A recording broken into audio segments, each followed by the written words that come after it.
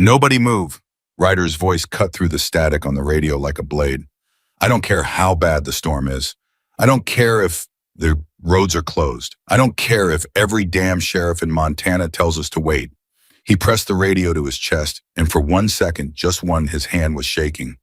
That's my daughter out there, and we don't leave our own behind. Not ever. That was the moment Silver Creek, Montana stopped pretending it understood Ryder Hawk Williams. Before we go further, if this is your first time here, hit that subscribe button right now and follow this story all the way to the end. Drop a comment below and tell me what city you are watching from. I want to see how far this story travels. Now let's go back to where it all began. The morning Madison Williams turned 17, her father made her pancakes. He burned them. He always burned them. That was the thing about Ryder Hawk Williams that Silver Creek, Montana never understood and never bothered to find out. The man they crossed the street to avoid the man who wore a leather president's cut with a skull on the back, who had hands like sledgehammers and eyes that had seen things he never talked about. That man stood in his kitchen every birthday morning, flipped pancakes he could never get quite right, and put too much syrup on the plate because his daughter liked it that way. Madison sat across from him that morning in November, her dark hair loose around her shoulders, her sketchbook open beside her plate because she took it everywhere. She was drawing the mountains again. She was always drawing the mountains. You burned them again, she said. They're fine. Dad, they're black on the bottom. That's called caramelization. Madison looked up at him with an expression that was so much like her mother's that Ryder had to look away for a second. Just a second, long enough to pour himself coffee and get his face back under control. Caramelization, Madison repeated slowly, like she was testing the word. Is that what we're calling it now? Has been for 12 years. She laughed. It was the kind of laugh that filled a room easy and warm and completely unself-conscious. The laugh of a girl who, despite everything, despite the whispers and the sideways looks and the mothers who pulled their kids back when Ryder's motorcycles rolled past, had managed to stay soft somewhere in the middle of herself. Ryder watched her eat the burned pancakes without complaint and thought about what her mother used to say. She got your stubbornness and my grace. God help whoever gets in her way. He missed Claire every day for 12 years. But he missed her most on mornings like this, when Madison smiled in that crooked way that was pure Claire, and the kitchen smelled like coffee and burnt batter, and the mountains outside the window were just starting to catch the early light. The hiking trip is Friday, Madison said without looking up from her sketchbook. I know. You said you'd think about it. I've been thinking. She looked up then. She had his eyes dark and direct, but she used them differently than he did. Where Ryder's eyes made people feel measured and found wanting, Madison's just made you feel seen. Seen in the good way, the honest way. I'm 17, she said. I'm aware. I'm not going to get lost. People don't usually plan on getting lost. Dad? She put her pencil down. That meant she was serious.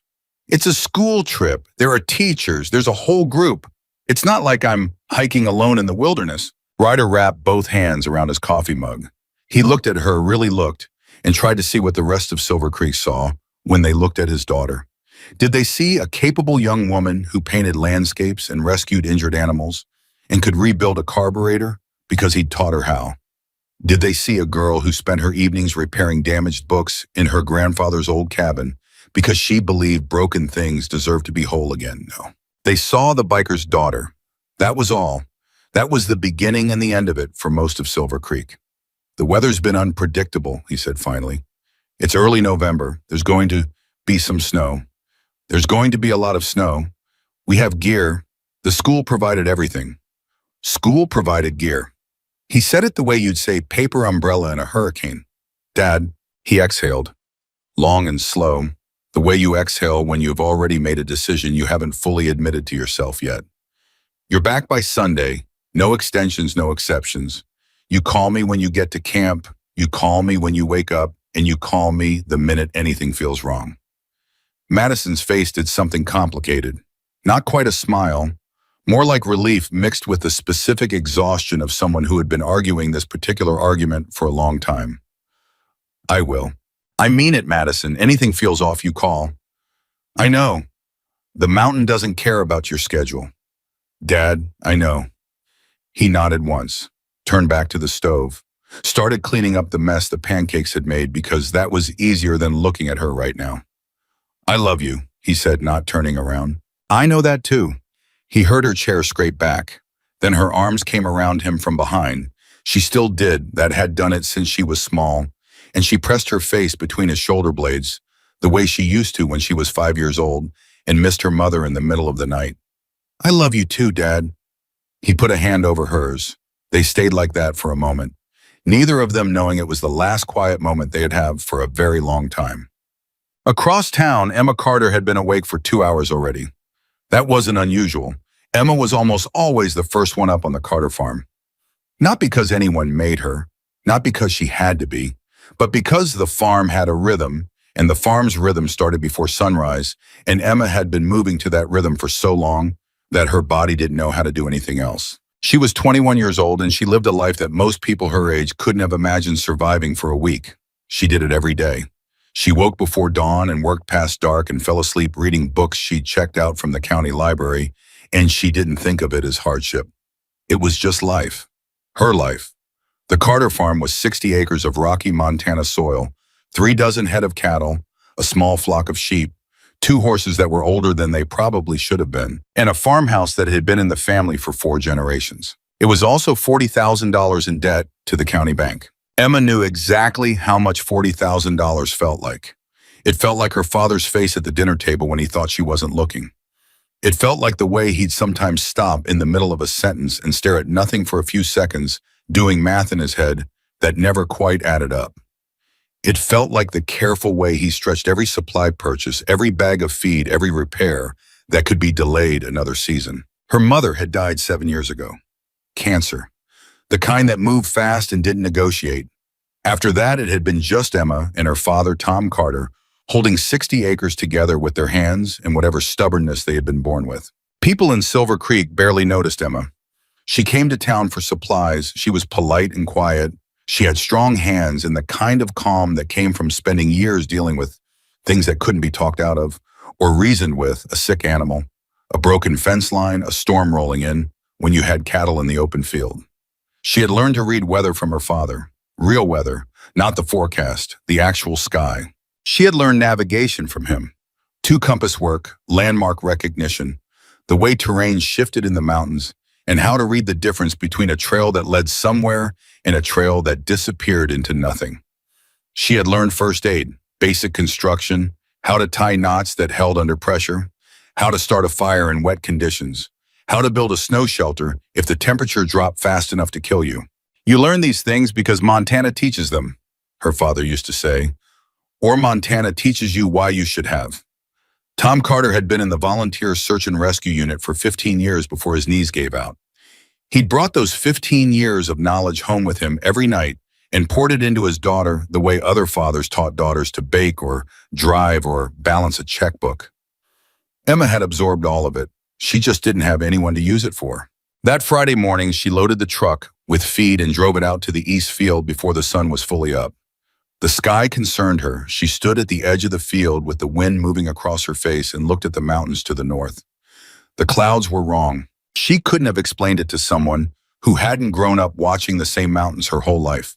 But there was a particular kind of density to those clouds, a specific gray that wasn't the gray of regular November snowfall. It was heavier, lower. The wind had a texture to it that meant the Weather Service was probably going to be revising its forecast sometime in the next 12 hours. She went back inside and turned on the radio. Light snow. That's what they said. Light snow and temperatures dropping into the low 20s by evening. Emma looked out the kitchen window toward the north. Light snow, she thought. Something about that didn't sit right with her. The hiking trip left Silver Creek at 7 in the morning. There were 18 students, 2 teachers, and 1 parent chaperone named Mrs. Delgado who wore brand new hiking boots. She would later admit she'd never broken in. The group loaded into 2 school vans and drove 40 minutes up the switchback road to the trailhead at the base of Black Wolf Mountain. Madison sat in the back of the second van with her sketchbook in her lap and her earbuds in, not because she was trying to avoid conversation, but because she was trying to hold on to the morning a little longer. The mountains grew as they drove toward them, rising from the valley floor in that particular way Montana mountains had like they were leaning down to look at you. She thought about her father, about the way he'd hugged her before she got in the car, longer than usual. Tight in that way that said, I know I'm not supposed to worry, but I'm going to worry anyway. She thought about the painting she was going to do from the summit if they made it that far. She'd been planning the composition in her head for weeks. The way the tree line broke just below the ridge, the specific quality of light on mountain snow in November. She wanted to taste it to him when she got back. She wanted to see his face when he tried to pretend he didn't love her paintings. He was terrible at pretending. The morning went well enough. The trail was cold but manageable. The group moved in a long, ragged line, students clumped in twos and threes conversations, drifting forward and back. Madison drifted too. She had a tendency to fall behind, not out of carelessness, but because she kept stopping to look at things, the way ice had formed on the bark of a pine, the particular shape of a boulder, a hawk circling high above the ridgeline. She knew she shouldn't fall too far behind. She knew that. But the sky was doing something extraordinary. The light had shifted in the last hour, not dimming exactly, but changing quality, becoming flat and strange, and diffuse in a way that made the mountains look like they were painted on glass. She stopped walking and stood still and pulled out her sketchbook and started drawing as fast as she could, trying to catch it before it disappeared. She didn't hear the group moving ahead. She didn't hear the wind picking up. She didn't notice how much colder it had gotten in the last 20 minutes, until a gust hit her so hard it snapped her sketchbook shut. She looked up. The group was gone. Not far gone they couldn't be. She'd only been standing there for what felt like 10 minutes. She put the sketchbook away and started walking faster, following the trail markers, following the boot prints in the snow. Then it started snowing, not lightly, not the way the forecast promised. The snow came down like a curtain being dropped from a very great height, dense and immediate and total. The trail disappeared. The boot prints disappeared. The trail markers disappeared into white within what felt like minutes. Madison stopped walking. "Hello," she said it loud, then louder. "Hello, can anyone hear me?" The mountain didn't answer. The wind answered. It came up the north face like a living thing, shoved her sideways, and took her voice and scattered it. She reached into her jacket pocket for her phone. Her fingers were already getting clumsy with cold. The phone came on. No signal. Of course no signal. They were on the north face of Black Wolf Mountain, and the nearest cell tower was 3 ridges away. She tried to think. She remembered every conversation her father had ever had with her about what to do if you were in trouble in the mountains. She remembered almost none of it because those conversations had the specific quality of safety briefings, the kind you sit through while a small patient, part of your brain, files it away under. This will never actually happen to me. She was not on the trail anymore. She wasn't sure exactly when she'd stepped off it, but somewhere in the white she'd lost it. She kept moving because she'd heard somewhere that you were supposed to keep moving, or maybe you were supposed to stay still. She couldn't remember. She picked a direction and walked. That was the wrong choice. She walked for what felt like a long time, and the mountain didn't get easier, and the snow didn't let up, and the cold was a serious thing now. Not uncomfortable, not merely unpleasant, but genuinely threatening, working its way through the layers of her jacket in a way that felt almost patient, like it had all the time in the world. Her father's voice came back to her out of nowhere. "The mountain doesn't care about your schedule." She thought about him standing at the stove that morning, his back to her, cleaning up the mess from burned pancakes, and the weight in those words landed on her in a way it hadn't at breakfast. She walked for maybe another 40 minutes before her legs started going wrong. It was gradual, a heaviness first, then a kind of disconnection, like the signal between her brain and her feet was traveling through something dense. She stumbled, caught herself on a tree, stumbled again. The fallen tree she finally went down near was old and massive, a pine that must have come down years ago. Its root ball pulled from the earth and now forming a wall of tangled wood and frozen dirt that cut the wind at least partially.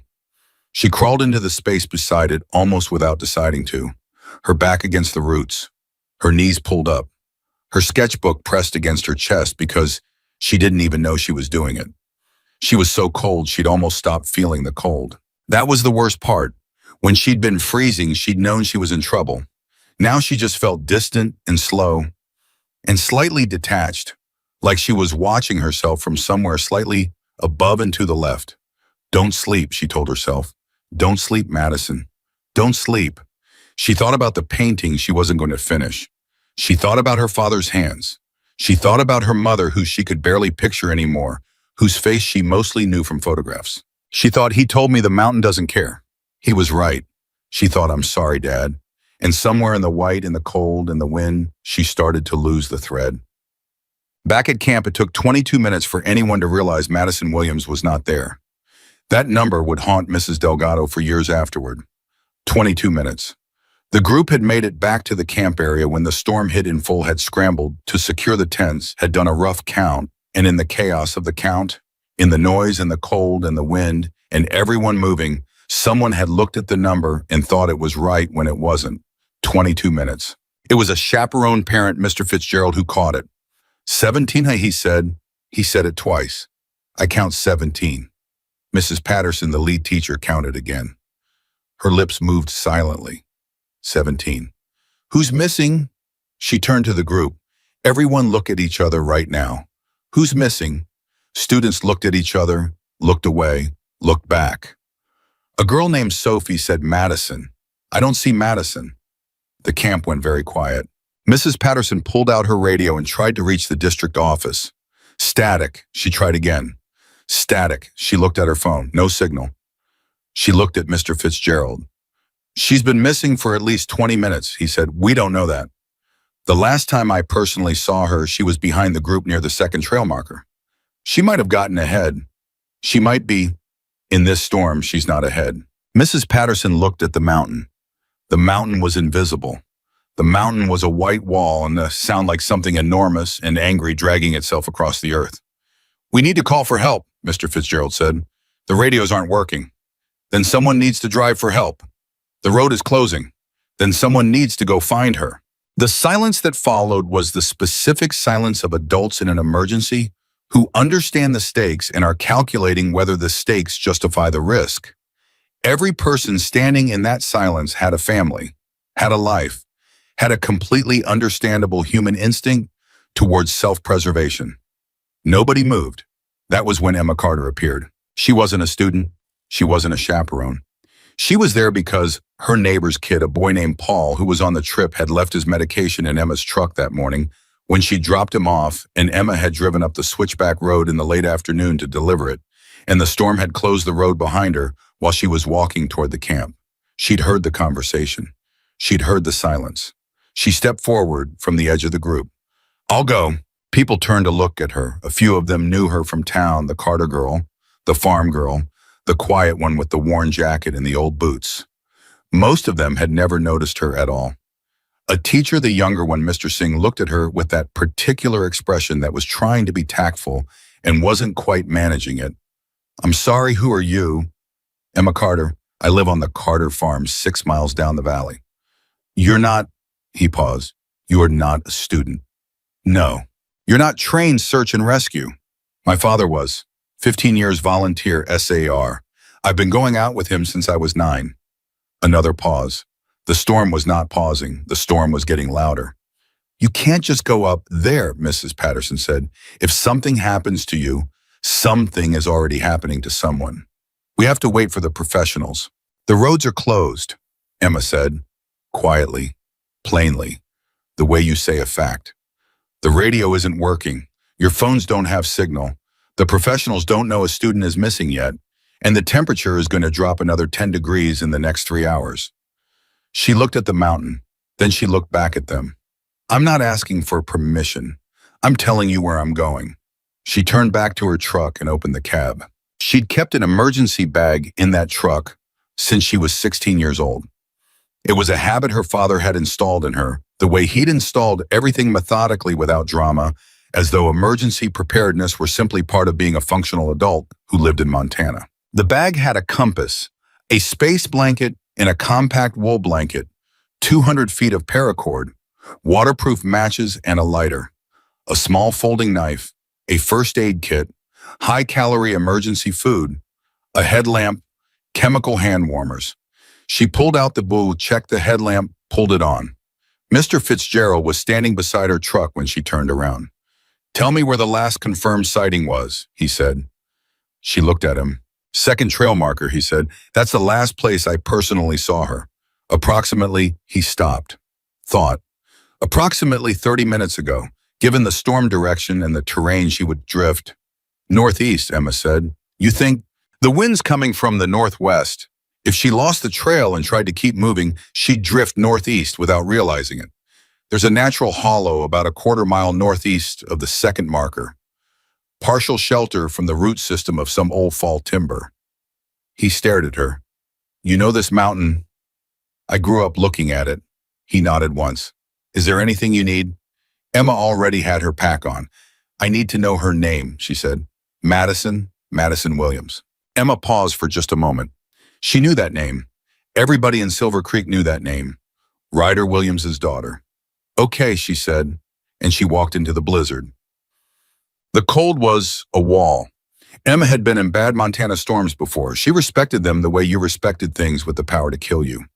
But this one was something particular. The wind had a malice to it that felt almost deliberate, and the snow was coming down so hard and so heavy that even with her headlamp on, she could barely see 10 feet in front of her. She moved by compass and memory. Second trail marker, northeast. The hollow with the root ball. She kept her head down and her steps measured. Short strides, feet flat. She'd learned from her father that panic in a storm burned calories and burned judgment, and burning either one was how people died. You don't fight the mountain, he used to say. You don't argue with it. You move through it like water. She moved through it. She found the second trail marker by almost walking into it, the orange paint barely visible through the snow. She stopped, took her bearings. The hollow should be northeast, maybe 300 yards. She called out, Madison! The wind took her voice and shredded it. She called again, kept moving, called again. She almost missed her. She was moving along what she thought was the edge of the fall timber, checking each side, and she almost went right past the root ball because the snow had built up against it, and it looked like just another mound of white. But her headlamp caught something at the base of it, a color that wasn't white. Blue. The blue of Madison's jacket. Emma changed direction. She dropped to her knees beside the girl. Madison's lips were the wrong color. Her skin was the wrong color. Her eyes were closed. Emma put her hand against Madison's neck. Pulse. Slow. But there. Madison. She said it right at her ear. Madison, I need you to wake up. Nothing. Madison. Louder. Come on, open your eyes.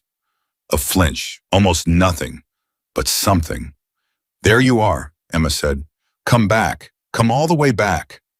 Madison's eyes opened, barely, just slits, looking at nothing. Where her voice was almost not a voice, a rough, dry thing. Where am I? You're on the mountain. I found you. You're okay. Emma was already opening her pack with one hand keeping her other hand against Madison's face. Warm skin against cold skin. You're going to be okay. I can't. Madison stopped. Started again. I can't feel my feet. I know. That's okay for right now. That's going to be okay. Emma pulled out the space blanket and wrapped it around Madison's shoulders, then the wool blanket over that. You need to stay awake. Can you do that? Can you stay awake? I'm so tired. I know you are, but you can't sleep yet. Not yet. Emma squeezed her hands. Tell me something. Tell me your name. You know my name? Tell me anyway. A long pause. Madison. Good. Madison. Tell me something else. Tell me. Emma searched for something. Tell me about your dad.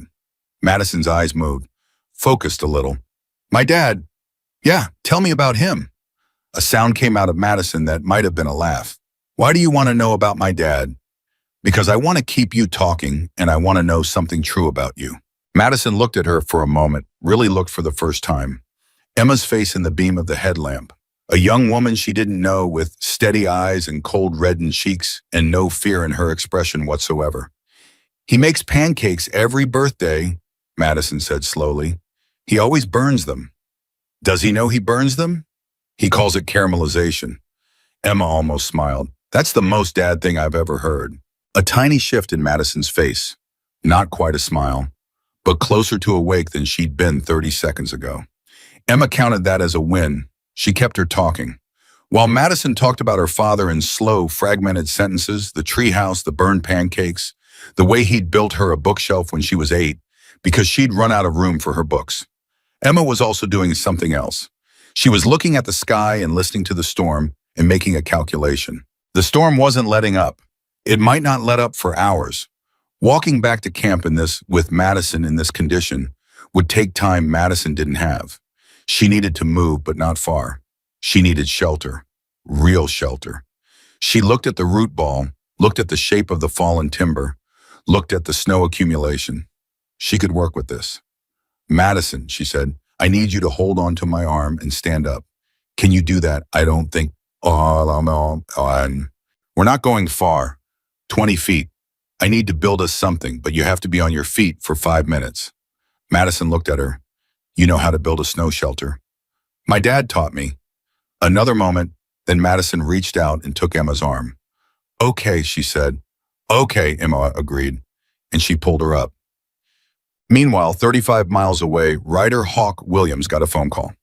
The woman's voice on the other end of the line said the words, your daughter, and missing, and blizzard, and we don't know, in the space of about 12 seconds, and Ryder stood in his kitchen where he'd made breakfast that morning and listened to all of it without making a sound. Then he said, how long? Sir, we've been trying to reach. How long has she been missing? A pause. The last confirmed sighting was approximately 90 minutes ago. Ryder set the phone on the counter. He stood still for a moment. His hand was flat on the countertop. Outside his kitchen window, the mountains were completely invisible. Just white. Just the storm. His daughter was in that. He picked the phone back up. What's the county rescue status? There, sir, the road is open. What is the status? The road closure has delayed. They're not up there. Not yet. Don't call me again, Ryder said. I'll handle it. He hung up the phone. He picked it back up and made a different call. Get everyone to the garage, he said. Right now. Trucks, chains, the full kit. Madison's on Black Wolf. A pause. No, we're not waiting. Move. He ended the call. He stood in his kitchen for exactly 10 seconds. Then he went to get his gear. By the time he walked into the Hells Angels garage 8 minutes later, there were already 11 men there. 12. 14. They came through the door with the specific focused quiet of men who had spent their lives moving when things went sideways. Nobody was asking questions about conditions or road closures or what County Rescue was doing. They all knew the same thing Ryder knew. County Rescue wasn't up there yet, and Madison was. What's the plan? That was Decker, his vice president, 20 years in the club, a man who had never once in Ryder's memory asked a question when there was something to be done, but was asking now because he needed to know how to move people efficiently. Ryder was already looking at a map on the wall. The road's closed above the second switchback. We can get through to the second switchback with the trucks if we chain up. From there, it's on foot. How far? Trailhead is another 1.5 miles up. In that storm. Decker looked at the map, looked at Ryder. How long has she been out there? Ryder didn't answer that one. Decker nodded. Okay, he said. We move in 2 columns. Trucks first. Who's got the medical kit? I do. Mouse, the youngest member, 24 in EMT in his other life, held it up. Good, you're with me. Let's go. They moved. Men who Silver Creek crossed the street to avoid moved through the club garage in the worst storm of the year, loading chains and flashlights and blankets and rope and medical supplies into the backs of 4 trucks, moving with the kind of coordinated speed that came from years of moving together through emergencies of different kinds. A neighbor watching from across the street might have been afraid. A neighbor watching from across the street would have been wrong. These were men who had learned long ago that when one of your own needed you, you moved. You didn't calculate. You didn't weigh your options. You didn't wait for the professionals. You moved. Because the alternative was unacceptable. Because some things were not negotiable. Because Madison Williams, 17 years old, dark hair. Her mother's smile, burned birthday pancakes, a sketchbook always in her hand was theirs. Not biologically, not legally, but in the way that mattered most. She was family, and you did not leave family in the storm. Ryder climbed into the lead truck and looked at his hands. They were shaking. He made them stop, shifted into 4-wheel drive, and drove into the white. Emma had been watching the sky since morning. That was the thing nobody at the school camp understood about what happened next, that it didn't come out of nowhere for someone who knew how to look. The storm had been announcing itself for hours in the language that Montana used, the one that her father had spent years teaching her to read. The pressure shift, the specific quality of the wind when it carried ice instead of just cold. The way the clouds moved, not drifting, but pushing, muscling across the ridgeline with the weight of something that had been building for days. She'd been watching it from her truck cab when the boy named Paul realized he'd left his medication in her center console. She'd driven up the switchback to deliver it because Paul was 14 and asthmatic, and the medication wasn't optional, and she'd made the drive with one eye on the sky the whole time calculating. The road was still passable when she arrived. The storm was maybe 2 hours out from hitting hard. She'd figured she had enough time to deliver the inhaler and get back down before the window closed. She hadn't counted on the window closing fast. She hadn't counted on what she'd walk into when she reached the camp. The first thing she heard was the radio static. The second was Mrs. Patterson's voice, that specific vocal register of someone trying to hold authority over a situation that was actively escaping them. The third was the count. 17. One missing. Emma had done the math before anyone said the name out loud. One student missing. Storm hitting hard within the hour. Temperature already dropping faster than the forecast had projected. Every adult in that camp frozen in the particular paralysis that struck people when the decision in front of them was genuinely dangerous, and the consequences of being wrong ran in both directions. She knew that paralysis.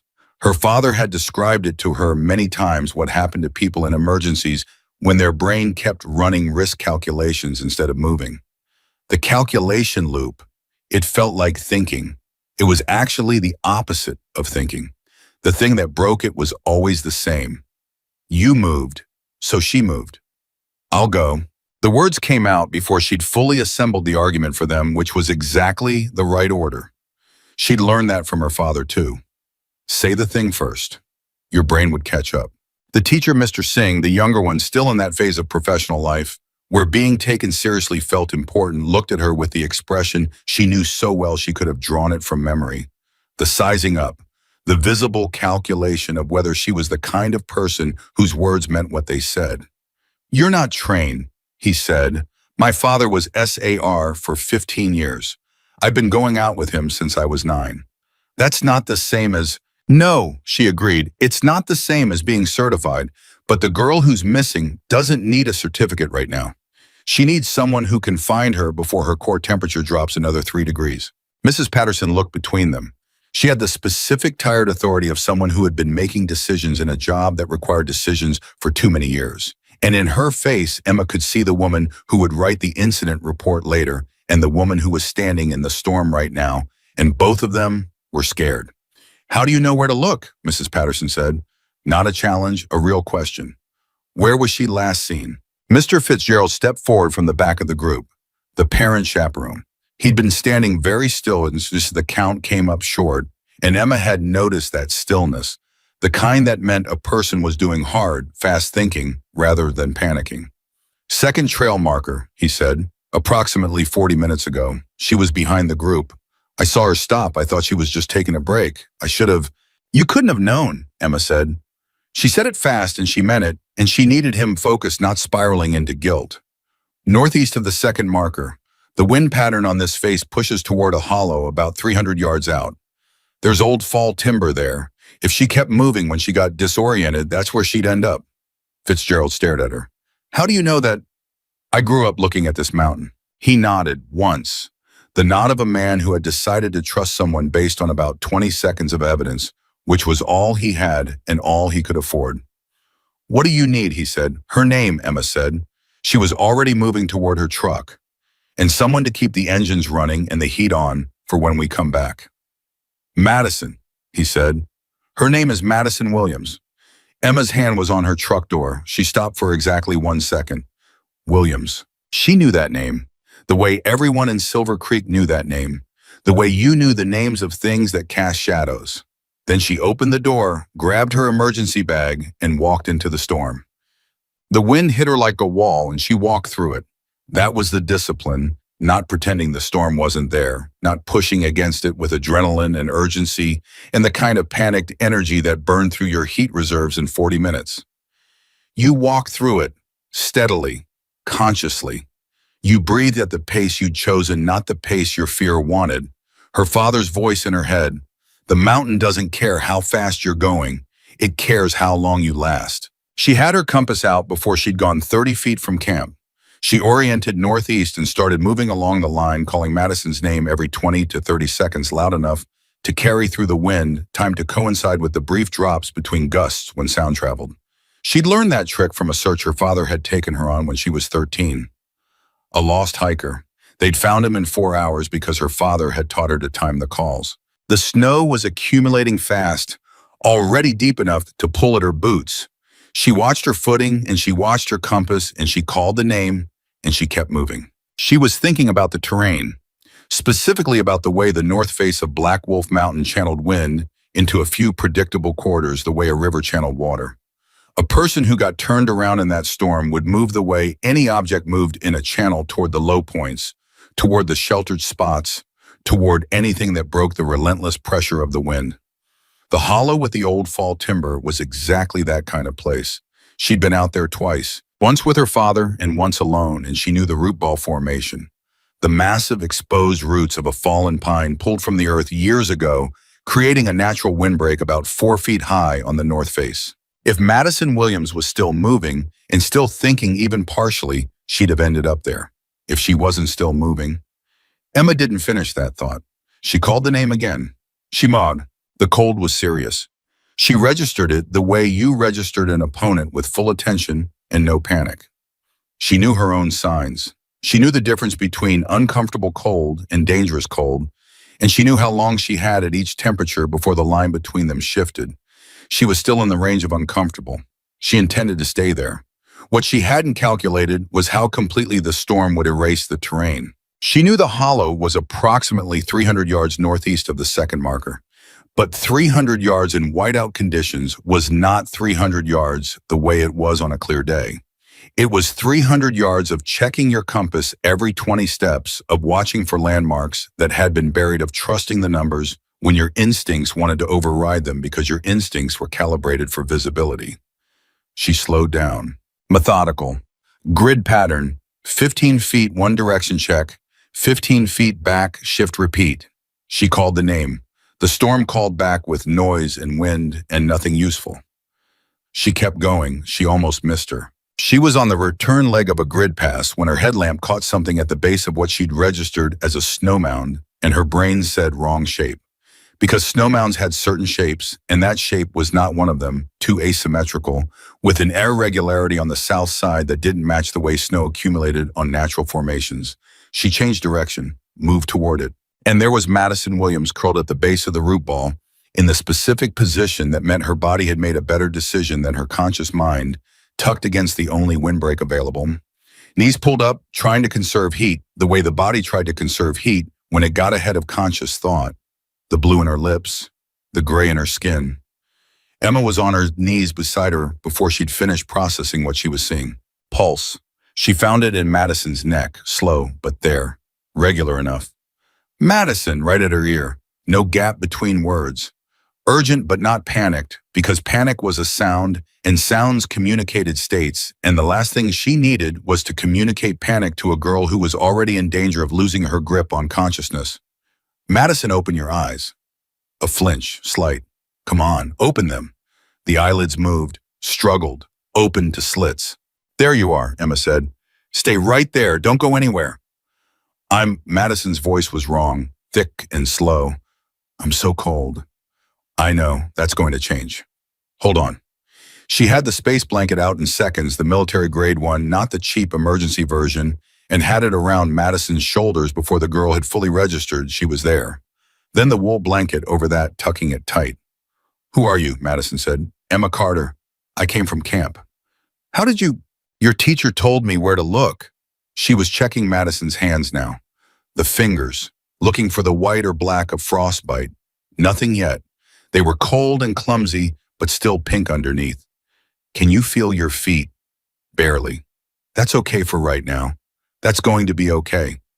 She squeezed Madison's hands between both of hers. Direct heat transfer. You need to stay awake. That's your only job right now. Stay awake and talk to me. Madison's eyes were more open now, processing. You're not from the school, she said. No. You just came up here. Yes. In this storm. Yes. Madison looked at her. Her eyes were dark and her face was pale, and the cold had stripped everything back to something very fundamental. And what was looking out of those eyes was something very direct and very young and very real. Why, she said. Emma wrapped the blankets tighter. Because you were missing, she said. That was enough. The storm made the decision for her about going back. Emma had assessed it within 2 minutes of finding Madison, the temperature, the wind speed, the visibility, the distance back to camp, the state of the girl she'd found. Walking back was not the answer. Not yet. Madison needed time with the blankets, needed her core temperature to stabilize, needed to be mobile before Emma could safely move her through whiteout conditions, which meant they needed shelter. Real shelter. Not the partial winter break of the root ball, which was better than nothing and had kept Madison alive but was not going to be enough for the next hour. Emma looked at the root ball, looked at the fallen timber, looked at the snow accumulation. She could work with this. Madison, she said, I'm going to build us something. I need you to stand up for 5 minutes. Can you do that? I don't think. 5 minutes, Emma said. Just 5, then you can sit again. She held Madison's gaze. I need you vertical so I can use the ground space. And I need your body moving a little to help warm up. Madison looked at her for a moment. She had the expression of someone who was weighing whether they had the capacity to do what was being asked and had reached a conclusion. Okay, she said. She stood up, slowly, with Emma's arm under hers for the first few seconds until her legs remembered what they were for. She was unsteady, but upright, which was what Emma needed. Emma built fast. She'd built snow shelters in training conditions, and she'd built one in an actual emergency 3 years ago when a calf got out in a blizzard, and Emma had ended up stranded with it for 4 hours, which was not exactly the same situation, but had given her the kind of hands-on memory that mattered more than any training. Her hands knew the steps before her brain consciously directed them. She used the root ball as one wall, packed snow on the other 3 sides, building quickly, using the fallen timber for overhead structure. It wasn't elegant, it was functional, which was the only kind that counted. The whole thing took 11 minutes. She got Madison back down inside it and tucked the blankets around her again and activated 2 chemical hand warmers and put them between Madison's hands. Madison looked at the shelter around her. You built this, she said. We built this, Emma said. I literally held 2 branches. Important branches. You're being kind. I'm being accurate. Sit on those warmers. Put them under your thighs. Madison did it without arguing, which Emma took as a sign that she was smart. A lot of people argued about survival instructions when they were the ones who needed them. Your dad taught you this, Madison said. Yes. What does your dad do? Farms. Used to do search and rescue. Used to. His knees gave out. Emma settled against the root ball. He spent 15 years going out in things like this for strangers. Madison turned the hand warmers under her legs. Why did he do it? Yeah, Emma thought about it. The real answer, not the short one. Because he said the hardest part of being in trouble on a mountain wasn't the cold or the terrain. It was being alone in it. He said there was something specific about knowing nobody was coming that was worse than the physical danger. Madison was quiet. He wanted to be the person who came, Emma said. So he was. Madison looked at her hands. The color was better, not right, but moving in the right direction. You're like him, she said. I'm trying to be. No, I mean you already are. Madison met her eyes. You didn't hesitate. Back there when I heard your voice, I thought I was dreaming it. I thought nobody would actually come. Something tightened in Emma's chest. People always think that, she said quietly. They're almost always wrong. Were you scared? Madison said, coming up here? Emma held her gaze. Yes, she said, but you came anyway. That's what scared means, Emma said. It means you know what's at stake. It doesn't mean you stop. Madison absorbed that, the way she absorbed things seriously with her full attention, filing it somewhere that mattered. I want to be like that, she said. You're already closer than you think, Emma said. You stayed conscious. You kept your core against the root ball, without knowing why you should. Your body knew things even when your brain wasn't working. That's not nothing. Madison almost smiled. It was a pale ghost of a smile, but it was real. My dad's going to be insane right now, she said. He doesn't know yet. He'll know. He always knows. She said it with the certain wariness of someone who had spent 17 years being worried about. He has this thing where he just senses when something's wrong with me. My grandmother says it started when my mom died, like some kind of alarm went off in him and it never fully turned off. She looked at the shelter roof. He's going to come up here himself. The roads are closed. That won't stop him. Emma looked at her. He'll come when he can come. Right now we're the people who can do something, and what we can do is stay warm and stay awake. Madison nodded. Tell me something, she said. Tell me something about you. Something that isn't survival stuff. Emma thought about what to say. I've been running our farm with my dad since I was 14, she said. My mom died when I was 7. Cancer. Madison's face shifted. My mom died when I was 5, she said. I know. Everybody knows. She said it without bitterness, just fact. What was yours like? Emma considered it. The way she always considered it carefully because the image was something she'd built from fragments and she'd learned to hold it gently. Practical, she said.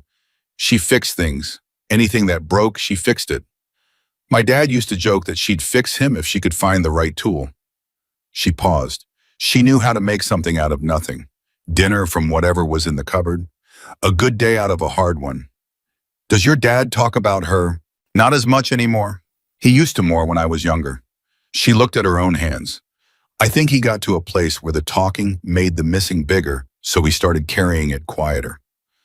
My dad doesn't talk about my mom at all, Madison said.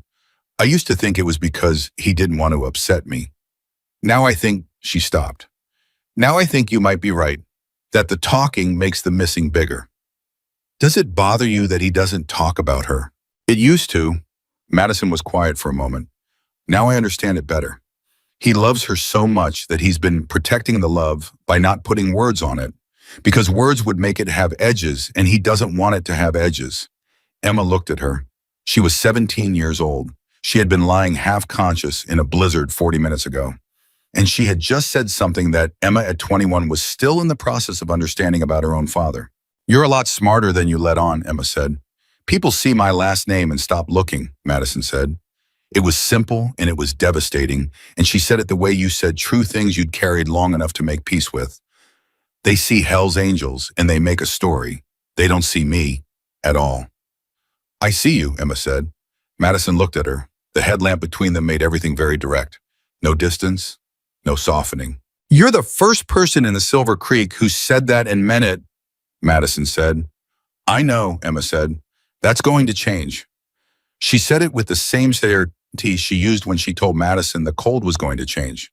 The same voice, the same weight. Not a comfort, a fact. Madison held her gaze. How do you know?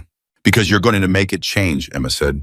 Once you're out of this mountain, once you're home and warm and your tea has calmed down approximately enough to function, you're going to make it change. Madison was quiet for a moment. Something moved through her expression, not the pale ghost smile from before, but something fuller. Something that was deciding to believe something. Okay, she said. Okay, Emma agreed. Outside, the storm made the sound it made. Inside their small packed shelter, 2 young women who should have had nothing in common sat with their knees almost touching and their breath making small clouds, and the chemical warmers doing their quiet work and talked. They talked about Madison's grandfather's cabin and the broken books. They talked about Emma's horses, the 2 old ones who were probably overdue to be retired, and probably weren't going to be because neither Emma nor her father could quite make that decision. They talked about Silver Creek in the way that people talked about a place they'd never quite belonged to, with the specific ambivalence of knowing it was home and knowing home had limits. And every few minutes, Emma checked Madison's pulse, her skin color, her responsiveness. Every check came back better than the one before. The color was coming back, slowly. In the gradual way that warmth worked, not dramatic, not sudden, but real. Emma let herself register relief. Controlled and private, but real. The voices came through the storm at a pitch she almost missed. She'd been listening for them, her ears tuned to the frequency of human voices and the noise of the wind, a specific kind of listening her father had taught her. But they were faint, distance and storm between them and her. She unzipped the shelter entrance and leaned out and felt the full force of the wind hit her face. "Over here," she shouted. "We're over here." She heard it again, closer. She heard Madison's breath change behind her. "That's my dad's voice," Madison said. Emma turned to look at her. Madison was sitting upright, more upright than she'd been in an hour. Her face had something in it that Emma recognized because she'd seen it on her own face, the specific animal alertness of someone whose person was nearby. "Stay inside," Emma said. "Let them come." "But, Madison," Emma held her gaze. "You are warmer than you were, and you are not warm enough. 5 more minutes. Let them come to you." Madison looked toward the shelter entrance. She sat back. She gripped the blanket tight, and she waited.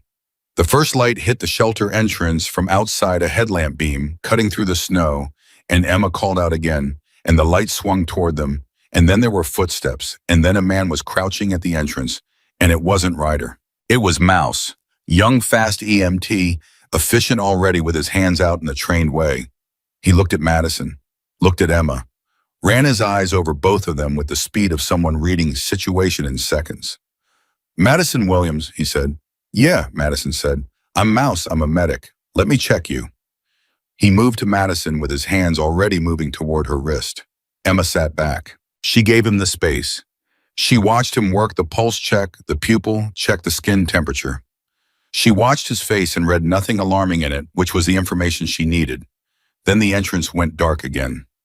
Not a headlamp this time. A body. Ryder Williams did not fit easily through the entrance of the shelter Emma had built. And he came through it anyway, came through it the way he seemed to come through most things, by making the space larger than it had been through sheer will and forward momentum. He didn't say anything. He went directly to his daughter. He went down on his knees in the snow, and he put his arms around her, and Madison grabbed him back and pressed her face against his chest, and the sound she made was the sound Emma had been waiting to hear. Since she'd found her, the sound of someone who had been very alone and was not anymore. Emma looked away, not from discomfort, from the instinct to give people their private moments. She heard Ryder's voice low against Madison's hair, stripped of everything except what it actually was. "You scared me." "I know." Madison's voice was muffled against him, but stronger than it had been. Stronger than it had been for the last 2 hours. "I know, Dad. I'm sorry." "Don't be sorry. He stopped. "Just don't ever." "I know." Madison saw. "I know." She held on tighter. "I know." Over his daughter's head, Ryder's eyes found Emma. She was sitting where she'd been sitting for the past hour and a half, back against the root ball, packed beside her, still and steady, and looking at him the way she looked at most things, directly without performance. He looked at the shelter she'd built. He looked at the blankets on his daughter. He looked at Emma. Emma held his gaze. She watched something move across his face that she didn't have words for yet.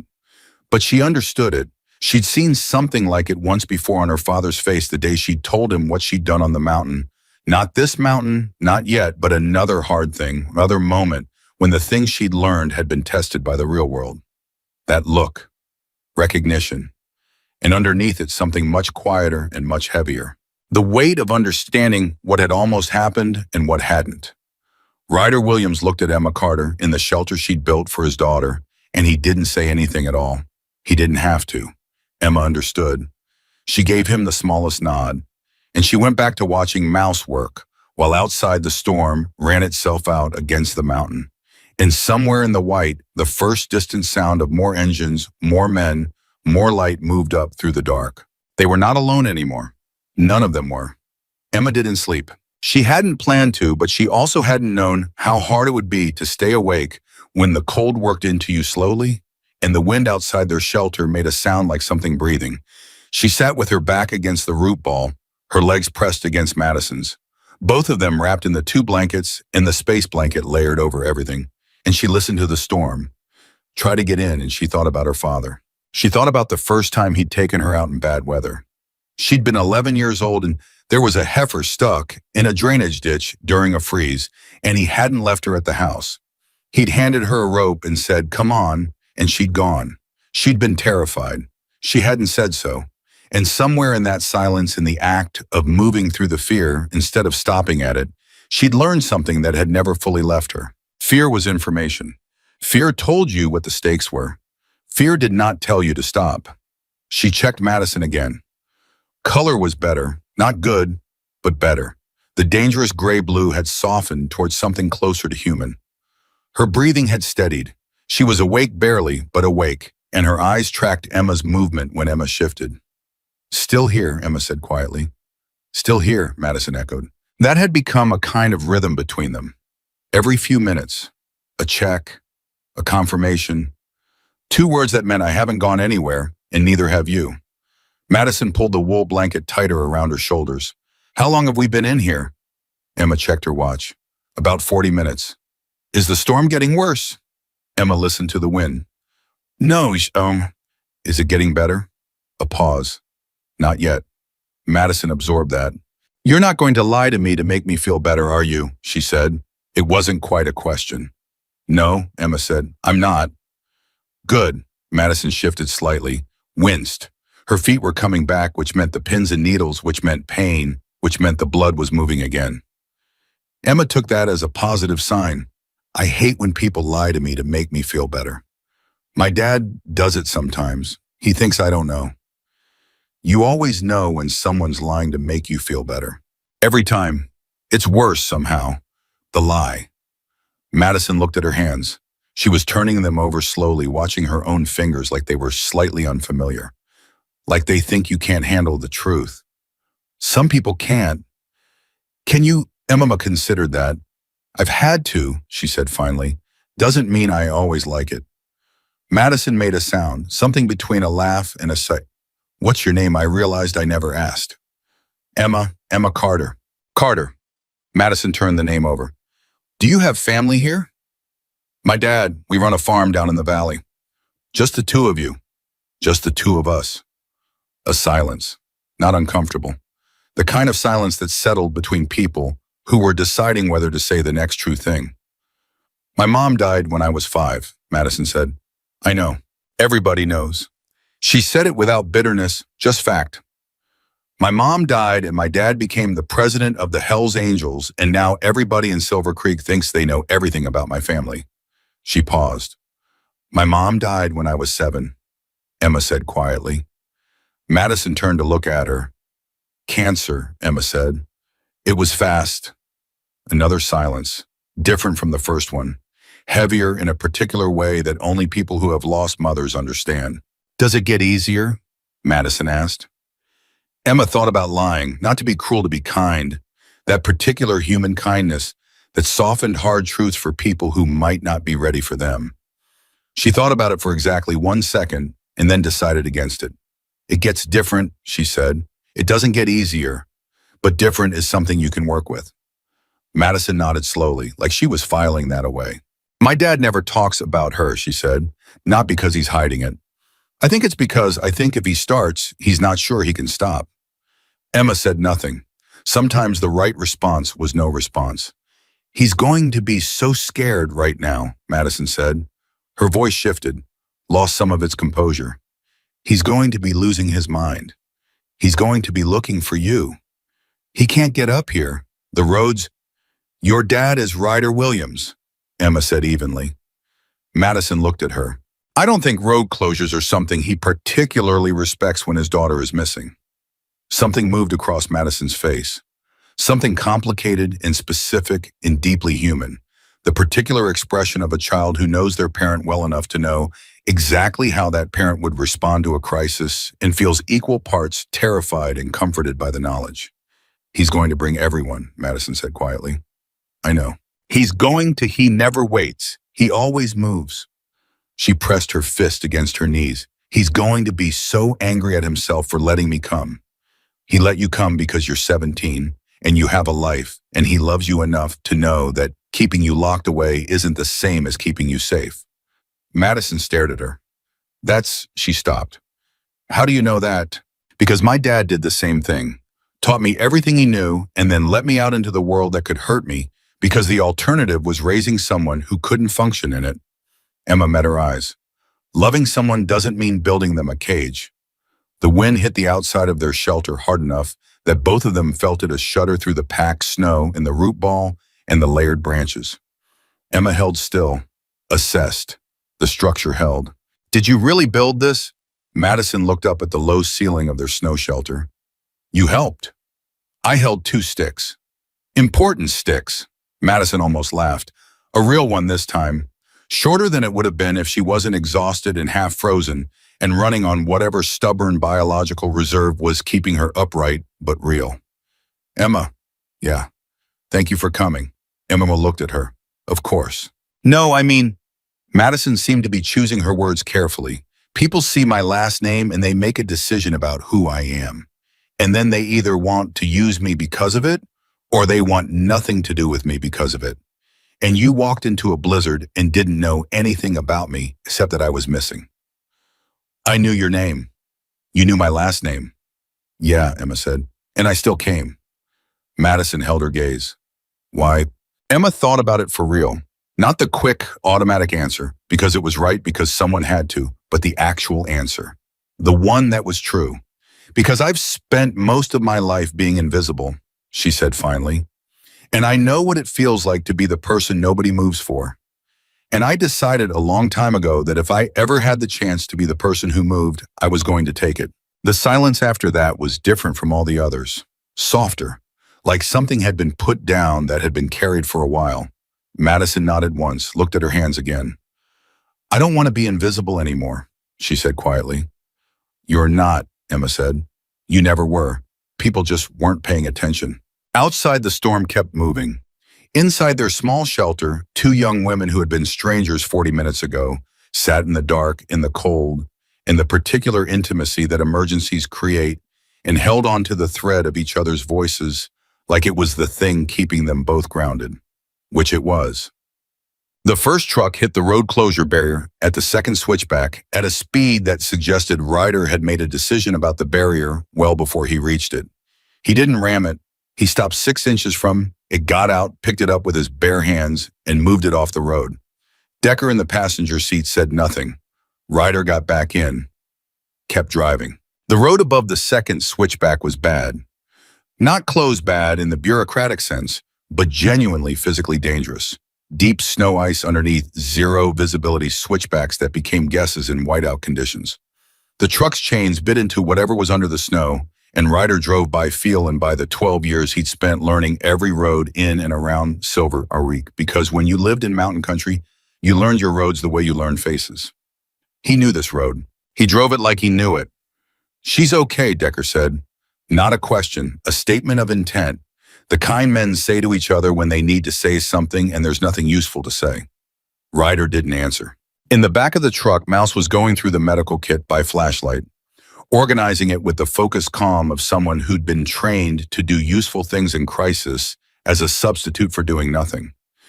I've got warming blankets, hot packs, IV supplies. I can get a line in if she's severely hypothermic. I've got everything I need. She's not severely hypothermic, Ryder said. I know, Mouse said. She's fine. She's fine, Mouse agreed. Ryder's hands were tight on the wheel, not shaking. He'd made them stop shaking back at the garage, and they'd stayed stopped because there was too much to do, and shaking was not useful. And Ryder Williams had been making himself do things that were necessary and not useful for 20 years. But in the part of his mind that wasn't driving and calculating and coordinating, in the place that had nothing to do with being the president of anything or the toughest man in Silver Creek, he was back in that kitchen. He was back at that stove. He was back in that moment when her arms had come around him from behind and she'd pressed her face against his back the way she'd done since she was tiny. He was thinking about all the things he hadn't said. He was thinking about the paintings she'd talked about finishing. He was thinking about Claire. He didn't let himself go there very often. Going there was a door he kept closed because on the other side of it was a grief that hadn't diminished in 12 years, not really just gotten more familiar, and grief that size needed to be managed or it would manage you. But driving through a blizzard toward his missing daughter, he went there. He let himself stand on the other side of that door for exactly the time it took to think, I cannot lose her. You cannot take both of them. That is not something I can survive and still be useful to anyone.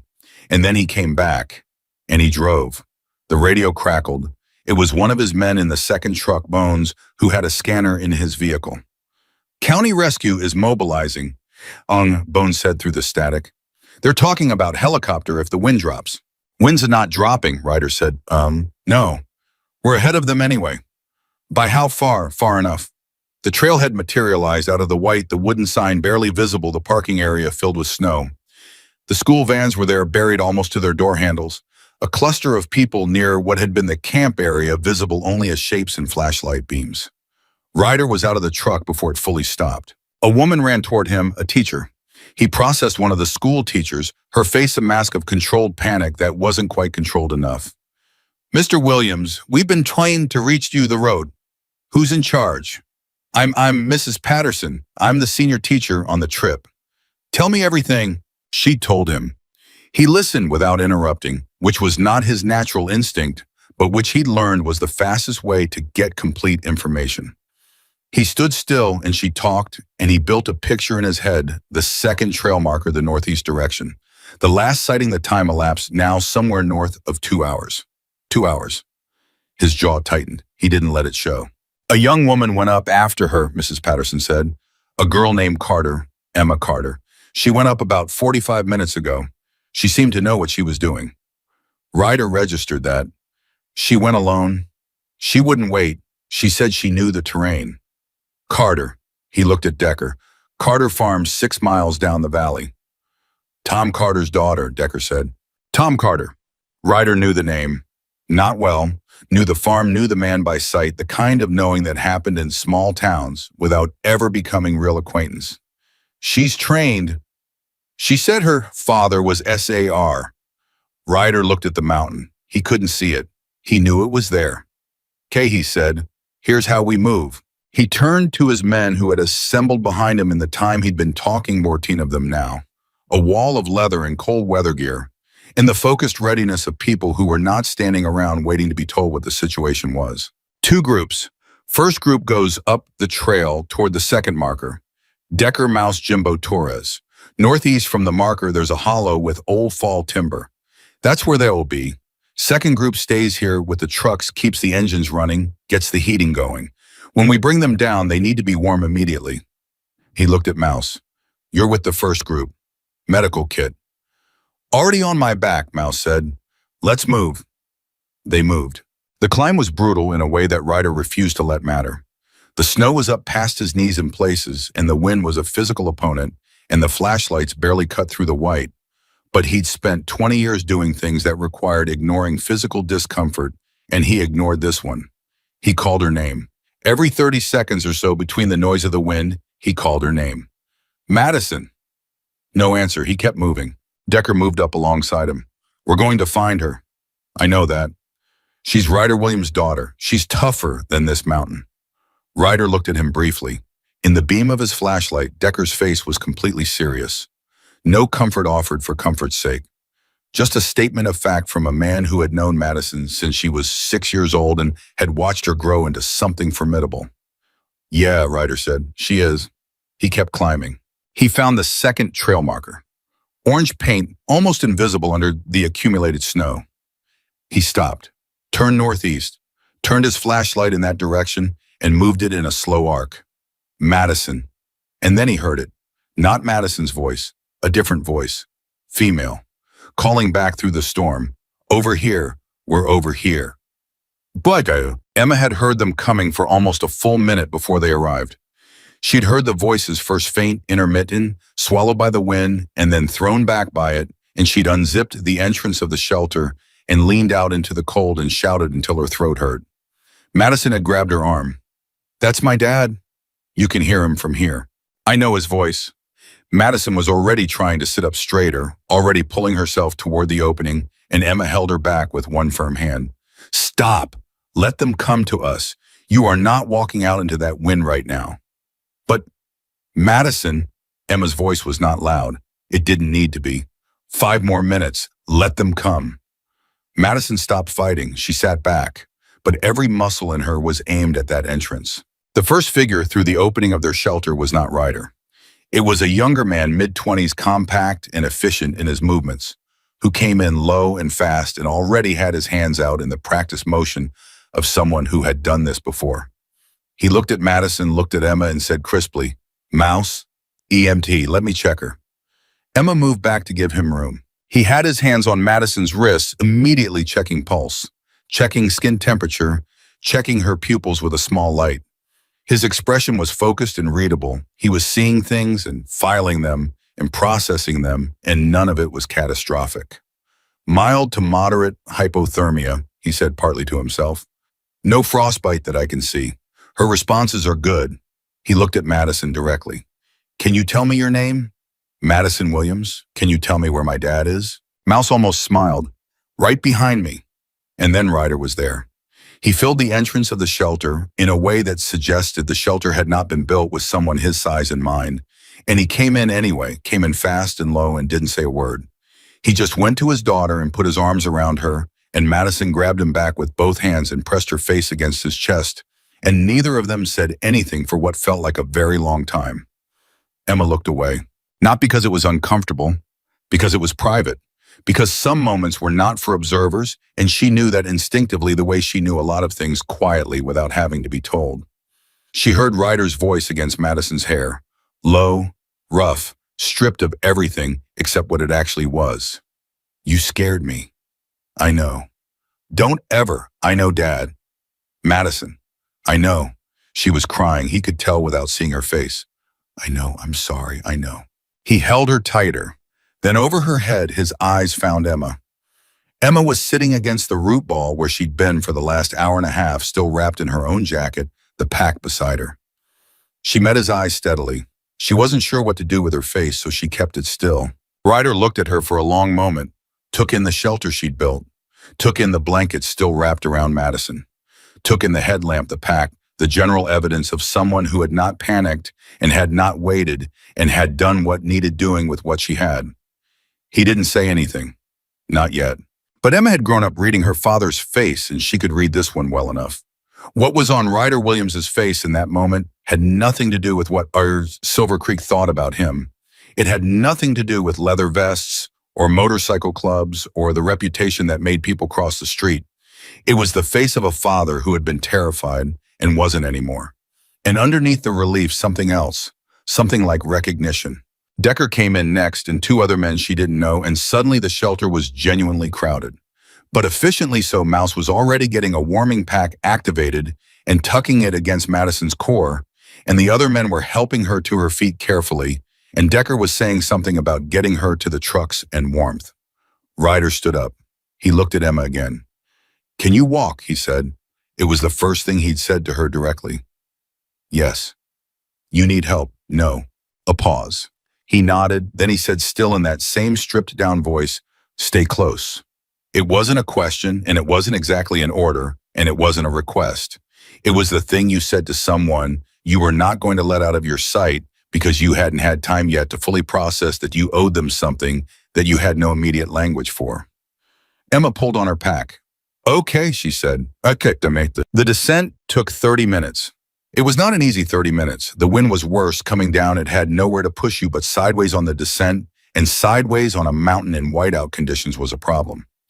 Ryder kept one hand on Madison the entire way down, and Decker kept one hand on Ryder, and Mouse stayed on Madison's other side. Emma walked behind them and kept up. She didn't struggle. She'd walked worse terrain than this in worse conditions. But she was also cold in a way that had gotten into her bones somewhere in the last hour and a half of sitting still, and she was hungry in the specific way that hard physical activity in cold weather makes you hungry urgently, bodily impossible to ignore. She kept up anyway. The trailhead and the trucks came out of the white, and Emma felt the people-shaped warmth before she fully saw them, the cluster of faces turning toward them, the sound of voices rising, the teacher. Mrs. Patterson moving forward with her hands pressed against her mouth. And then something she hadn't expected. The students. The 18 students who had been on that hiking trip came toward them out of the light and noise of the truck engines, and a few of them were crying. And most of them were just staring, and the one who reached Madison first was the girl named Sophie, who had noticed she was missing in the first place. Sophie, who was 17 and not particularly close with Madison and had no particular reason to be crying except that she was grabbed Madison's arm. "Oh, thank God," Sophie said. "Oh, thank God. Madison, I was so scared." "I'm okay," Madison said. Her voice was stronger than it had been in the shelter. "I'm okay, Soph. I'm here." Mrs. Patterson was there and Mr. Fitzgerald, and they were talking at Ryder simultaneously about calling the county, about the road, about getting everyone off the mountain. And Ryder listened to all of it with the patience of a man who had decided he was going to let the professionals handle the professionals part of this, because his daughter was standing in front of him, and that was all he'd needed. Emma stood slightly back from all of it. She was good at that. Slightly back. That was her usual position. She was starting to feel the cold in a more immediate way now that the moving was done. She was thinking about her truck, about whether she could get the heat going quickly, about the feed she hadn't finished putting out that morning, which her father was probably doing himself right now, which meant his back was going to be bad tomorrow. She was thinking about completely ordinary things because that was what you did after a crisis. You came back to the small, functional logistics of your life. That was how you knew you were okay. Emma Carter. She turned around. Ryder was standing 2 feet away from her. She hadn't heard him move. For a big man, he moved quietly. He was looking at her with an expression she couldn't fully categorize. "Mr. Williams," she said. "Ryder." He said it like a correction that had some weight behind it. "Ryder," she said. He was quiet for a moment. She'd noticed this about him in the shelter, the way he wasn't a man who filled silence with words. He let silence be silence, and he thought in it. "You went up alone," he said. "Yes." "In that storm." "Yes." "For a girl you didn't know." Emma looked at him steadily. "I knew she was missing." "That's not," he paused, seemed to be choosing words with some care. "Most people wouldn't have moved." "I know. Most people would have waited for someone else to handle it." "I know that too." He held her gaze. In the light of the truck headlights and the flashlights of the men moving around them, his face was impossible to read in the way that people who had learned to make their faces unreadable were impossible to read. But not completely, not to someone who had spent a lifetime reading weather and animals and the faces of people under pressure. He was not a man who said thank you easily. Emma could see that, could see what it cost him, the straightforward human transaction of expressing gratitude, because gratitude implied debt, and debt implied vulnerability, and vulnerability was not a thing that Ryder Williams had allowed himself publicly in a very long time. She saved him from having to figure it out. "She's okay," Emma said. "That's all that matters." Something shifted in his face. He looked at her for another moment, then he put his hand on her shoulder briefly, solidly, the gesture of a man whose language was action rather than words, and he said, "Come with us. I've got my truck. Your truck's going nowhere in this storm. Come with us. We'll get you home when the road clears." She looked at her truck. He was right. The snow had built up around the tires in the time they'd been on the mountain, and the switchback road was going to be genuinely dangerous until morning. She looked back at him. "Okay," she said. He nodded, and he turned and went back to his daughter. Emma watched him, this man that Silver Creek feared, this man whose name made people lower their voices. Watched him put his arm around Madison's shoulders and pull her close, and duck his head to say something in her ear, and watched Madison lean into him, the way you only leaned into someone you trusted completely. She thought about what Madison had said in the shelter. "He built me a treehouse when I was little because I missed my mom." She thought about burned birthday pancakes and caramelization. She thought about the way Ryder had looked when he came through the entrance of that shelter and found his daughter alive, and the thing that had been on his face in that moment. She had seen that thing before. On a smaller face 7 years ago when she herself had been in a hospital room and her father had sat beside her bed after a farm accident. Nothing serious, a broken wrist, a bad scare, and had looked at her with that particular combination of relief and love and the specific guilt of parents who believe that anything bad that happens to their child is somehow their failure. She had seen it on her father's face, and now she'd seen it on Ryder Williams' face, and the recognition landed somewhere in her chest with a quiet weight. People were not their reputations. She had always known that abstractly. It was different to know it in your bones. Mouse appeared at her elbow. He was young up close, younger than he'd seemed in the shelter. He had kind eyes and the calm of someone who had learned to be calm professionally. He was holding a thermal blanket. "Here," he said, You've been in the cold as long as she has. Take it. Emma started to say she was fine. Take it, he said again, still completely pleasant. You're shivering and you don't know it. She looked down at her hands. He was right. She hadn't noticed. She took the blanket. Thank you, she said. Don't thank me. He smiled. Thank yourself.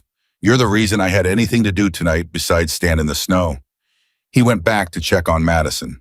Emma wrapped the blanket around her shoulders and stood in the cold and the noise of engines and people and wind and let the shivering happen, let her body do what it needed to do now that the work was finished. She was tired. She was very, very tired. But Madison Williams was wrapped in her father's arm 30 feet away, talking to her classmates with color back in her face. And that was the whole point of this night. That was the only thing that mattered.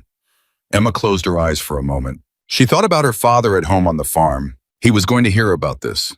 He was going to be furious and proud simultaneously the way he always was when she did something he'd taught her that carried real risk. He was going to say, you could have been killed, and she was going to say, but I wasn't, and he was going to say, that's not the point, and she was going to say, that's exactly the point, and they were going to have that conversation that they'd had in different forms a dozen times, and at the end of it, he was going to pull her into a hug that lasted slightly too long, because he was a man who said things with his hands that he had trouble saying with his mouth. She was looking forward to it. She opened her eyes. Ryder was looking at her from across the space between the trucks. Not in a way that was strange or uncomfortable in the evaluating way of someone who was still in the process of understanding something. She met his gaze. He gave her a small nod. She gave him one back. That was it. That was the whole transaction. Two people who did not yet know each other, but were beginning to understand something about each other in the specific way that crisis created. Understanding quickly without ceremony down to the root of things. The engines kept running. The storm began very gradually to loosen its grip. And on a mountain in Silver Creek, Montana, in the particular dark that came after impossible things, a group of people who had no particular reason to belong to each other began without planning it to belong. The trucks ran their engines through the rest of the night. That was the thing Emma remembered afterward, when she thought about those hours between coming down off the mountain and the road finally clearing at dawn. The sound of those engines running a low, constant rumble that meant heat and meant shelter and meant that Ryder Williams had told his men to keep them going, and his men had kept them going without question, burning through fuel all night because his daughter was cold, and that was the end of the conversation. Madison was in the lead truck with Ryder. Mouse had checked her twice more and confirmed what he'd said on the mountain mild to moderate hypothermia, no frostbite responding well to rewarming. She needed a hospital check in the morning. Warm fluids rest. She did not need an emergency evacuation. The way Mouse said it quietly and directly to Ryder had visibly taken something off the man's shoulders. Not all of it, but enough. Emma was in the second truck with Decker and a man they called Jimbo, who was built like a refrigerator and had said approximately 4 words since she'd met him, but had handed her a thermos of coffee without being asked, and that was enough to make her like him permanently. The coffee was terrible. She drank all of it. Decker sat in the driver's seat with the engine running and the heat on and said after about 10 minutes of comfortable silence, "How long have you been doing SAR work?" "I'm not SAR," Emma said. Could have fooled the mountain. She wrapped both hands around the thermos. "My dad was. I absorbed it." Decker nodded slowly. "Tom Carter. You know him. Know of him. He pulled 3 guys out of an avalanche on the North Face about 8 years ago, single-handed. We heard about it." Emma looked at it. He never told me that." "Sounds like him from what I know." Decker looked at the white outside the windshield. "Sounds like you too." She didn't answer that, but she felt it land somewhere. Jimbo handed her something wrapped in foil from somewhere in the back seat. She unwrapped it. A sandwich. She had no idea where it had come from or how long it had been there, and she didn't care. She ate the whole thing in about 4 minutes because she was starving and because nobody was looking at her expecting her to be graceful about it. "Ryder's going to want to talk to you," Decker said. "Not a warning, just information." "Okay." "When he's had time with Madison, when he's sure she's okay." "I understand," Decker glanced at her. "He's not good at," he paused, choosing the word, "expression of certain things. Most men aren't. He's particularly not." "I'm not expecting anything from him," Emma said. Decker looked at her for a moment, the way you looked at someone when you were deciding whether what they'd said was true or whether it was the thing people said when they'd convinced themselves something was true. He seemed to conclude it was actually true. All right, he said. He turned back to the windshield. Outside, the storm kept going. Inside the truck, Emma leaned her head back against the seat and let herself be still for the first time in hours and thought about absolutely nothing for a while, which was the most rest she was going to get before morning. She was almost asleep when the passenger door opened. Not Decker's side, her side. Madison climbed in wrapped in approximately 3 thermal blankets and shut the door behind her and said, "Dad said I could come talk to you for a little while if I promised not to go outside." Emma straightened up. "Are you supposed to be walking around?" "I'm not walking around. I sat in the truck for an hour and a half and I was going crazy." Madison pulled the blankets tighter. Her color was much better. Her voice was stronger. She had the specific restless energy of someone whose body had been through something frightening and was now trying to convince her brain it was okay to stand down. "Mouse said I'm fine. Mouse said you need rest. Mouse is in the other truck." Madison looked at her with an expression that was entirely her father's, the one that said, "I've already made this decision and I'm informing you of it." "I wanted to check on you." Emma blinked. "On me? You've been over here this whole time. You didn't have to stay." "You could have." She stopped. "Well, you couldn't have. The roads, but still." She pulled her knees up. "Are you warm enough?" "I'm fine. Drink some water. You're probably dehydrated." Madison. "What? I'm the one who's supposed to be checking on people. Why? Because you did the scary thing." Madison tilted her head. In the low light from the dashboard, she looked young and alive and utterly herself. "Scary things happen to people too. You can be checked on." Decker made a small sound from the driver's seat. It might have been a laugh. Emma looked at Madison. "You're feeling better," she said. "I feel a lot better. I also feel like—" Madison hesitated. The restless energy shifted slightly, went quieter. "I feel like I want to know you, like properly. Not just as the person who found me on the mountain, as a person." Emma didn't say anything for a moment. "I'm not very exciting," she said finally. "You built a snow shelter in a blizzard and kept me talking for an hour and a half. That was just survival." "That was exactly my point." Madison looked at her with those direct, dark eyes that were her father's and also entirely her own. "You know who you are. Not a lot of people our age know that." Emma held her gaze. "I'm 21. "Okay. Not a lot of people your age know that either." A pause. "How old did you think I was? 17? "I am 17. "I know. And I'm right." Emma looked at her for a moment. Then she laughed a real one, tired and genuine and surprised out of her, and Madison smiled the smile that was pure Claire Williams, whether she knew it or not. They sat in the dark truck and talked for another 40 minutes. About the farm, about Madison's grandfather's cabin and the books she repaired there, about Emma's father and the things he taught her and the things she'd learned without being taught, about what it felt like to grow up in Silver Creek when you were the kind of girl Silver Creek didn't quite know what to do with. "They always know what to do with me," Madison said. "They just decide wrong." "People usually do," Emma said. "The first time, some of them figure it out eventually." "Do you care that they figure it out?" Emma thought about it. "I used to. Less now." "What changed?" "I got busy." Madison laughed. Then she said more quietly, "I want that. I want to just be too busy caring about what I'm doing to care what anyone else thinks." "You've got time." "Do you think—" She stopped, started again. "Do you think my dad is like that? Not caring what people think?" Emma considered it. "I think your dad stopped caring about certain things a long time ago because he had to. And some things went with it that he maybe wishes he could get back."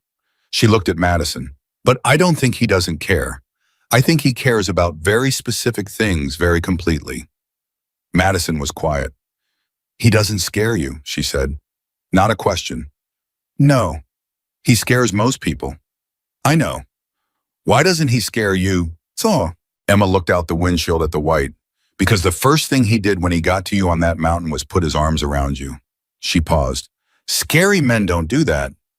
Madison was very still for a moment. Then she said, "I'm glad you came." "I know," Emma said. "You mentioned." "I'm going to keep mentioning it." That seems like a you thing to do. Madison grinned. Yeah, she said. It is. The door opened from the outside. Ryder stood in the gap, the cold coming in around him. He looked at his daughter, then at Emma, with an expression that said he had known exactly where Madison had gone and had given her the 40 minutes deliberately. How are you doing? He said it to Emma. Fine. Mouse can check you over. I don't need Emma. She looked at him. He had the same look Madison had given her 10 minutes ago, the one that said the decision was already made. Okay, she said. He nodded. The road should clear by 6. We'll get you home. Thank you. He held her gaze for another moment.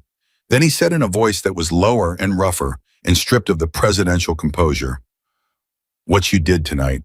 He stopped. I don't have the right words for it. You don't need them, Emma said. I think I do. She's okay, Emma said. The words are that she's okay. Ryder looked at her for a long time. His expression did something complicated. Behind him in the white, in the noise of the engines, Silver Creek went on doing what Silver Creek always did, functioning according to its own logic, its own hierarchies, its own story about who everyone was. But in that truck, right then, none of that mattered. She's okay, he said finally, like an agreement, like a thing being settled. She's okay, Emma said. He reached out and briefly, solidly touched her shoulder again. Then he looked at Madison. 5 more minutes, then you come back. Dad, 5. He shut the door. Madison looked at Emma. Emma looked at Madison. He likes you, Madison said. He doesn't know me. That's how he likes people, before he knows them. If he didn't like you, you'd know. She pulled her blankets tighter. You'd really know. The road cleared at 6:15 in the morning. The storm hadn't ended exactly. It had simply exhausted itself to the point of being navigable. The sky was the specific pale gray of early morning after heavy snowfall, and the world outside the truck windows was buried and still and completely silent in the way that only the aftermath of violence could produce. The county rescue team arrived at 6:40. They came up the cleared road in 2 vehicles with their lights going, and 3 of them piled out with the efficient energy of people who had been ready to move for hours and were somewhat deflated to find the situation already resolved.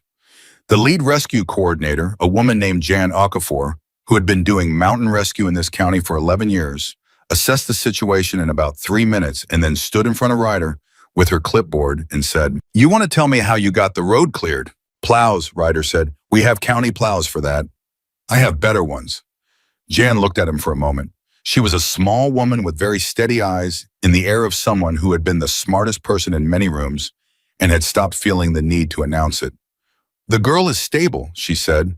She's going to the hospital at dawn for a full check. My guy Mouse cleared her for transport. Your guy Mouse is an EMT. 8 years. Jan made a note on her clipboard.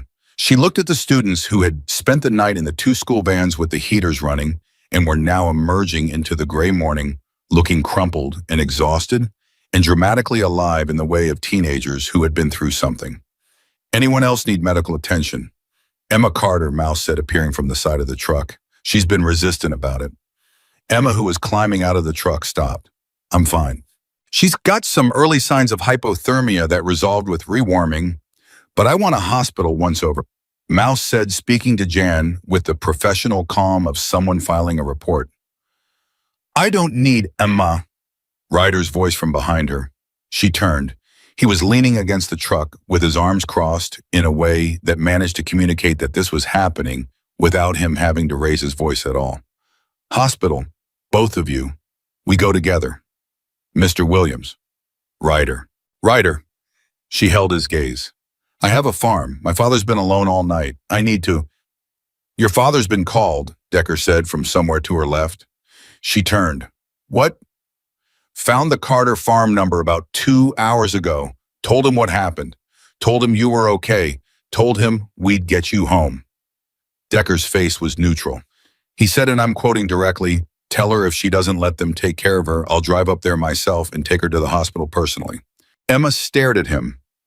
That was her father. That was exactly precisely her father, the man who could be talked into almost anything by reasonable argument and who became completely immovable the moment his daughter's well-being was in question. She felt something she hadn't expected to feel right then which was the specific combination of exasperation and relief that came from being genuinely loved by someone who knew you well enough to know your arguments in advance. Fine, she said. Ryder's expression did something brief and warm. Hospital, he said, then we get you home. Silver Creek's small county hospital had 4 rooms in its emergency wing. By 8 in the morning, 2 of them were occupied by Madison Williams and Emma Carter, respectively, and the waiting area outside contained Ryder Williams, 11 members of the Silver Creek Hells Angels, Chapter Mouse Decker, Jimbo, and a nurse named Patricia, who had worked this hospital for 22 years and was not particularly impressed by anyone. Patricia had, however, brought out 2 extra chairs when she saw the group in her waiting area because the alternative was men sitting on the floor, and that seemed impractical. Tom Carter arrived at 8:30. Emma heard him coming before she saw him, his voice in the hallway asking someone which room, then his boots on the floor, and then he was in the doorway. He was 61 years old, lean and weathered, and moving with the slight stiffness that his bad knees gave him in cold weather, and he stood in that doorway for exactly 1 second, looking at his daughter before he crossed the room in 3 steps and pulled her into a hug that said everything he wasn't going to say out loud. She let herself be hugged, let herself be held.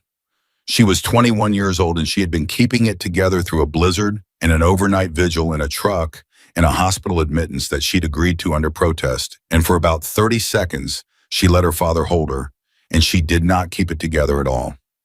He didn't say anything. He just held on. When she pulled back, his face was doing the things she'd known it would do, that particular combination she'd thought about in the truck last night. Furious and proud and scared and relieved and all at once, all fighting each other across his features. You could have, he started, but I didn't. Emma, she's okay, Dad. I found her and she's okay. He looked at her for a long moment. She could see him running through the arguments and setting them aside one by one because he was the one who had taught her everything she'd used last night, and he understood better than anyone that the whole point of teaching it had been exactly this. He exhaled. Your SAR training, he said finally. Your SAR training.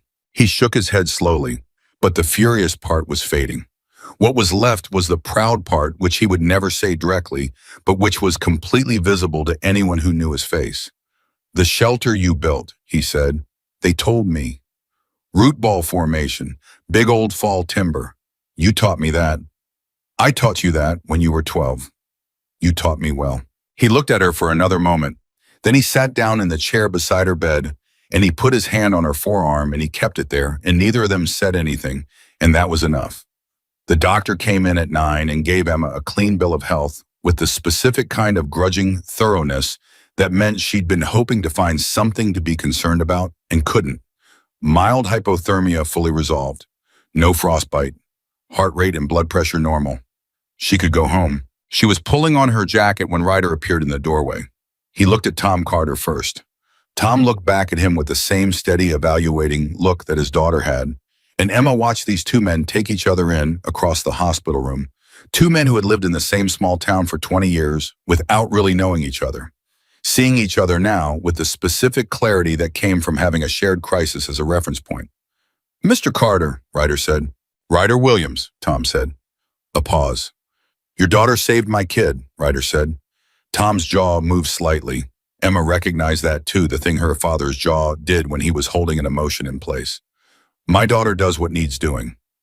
She does it better than most trained people I know. She learned from her father. Then you trained her well. Tom looked at him steadily.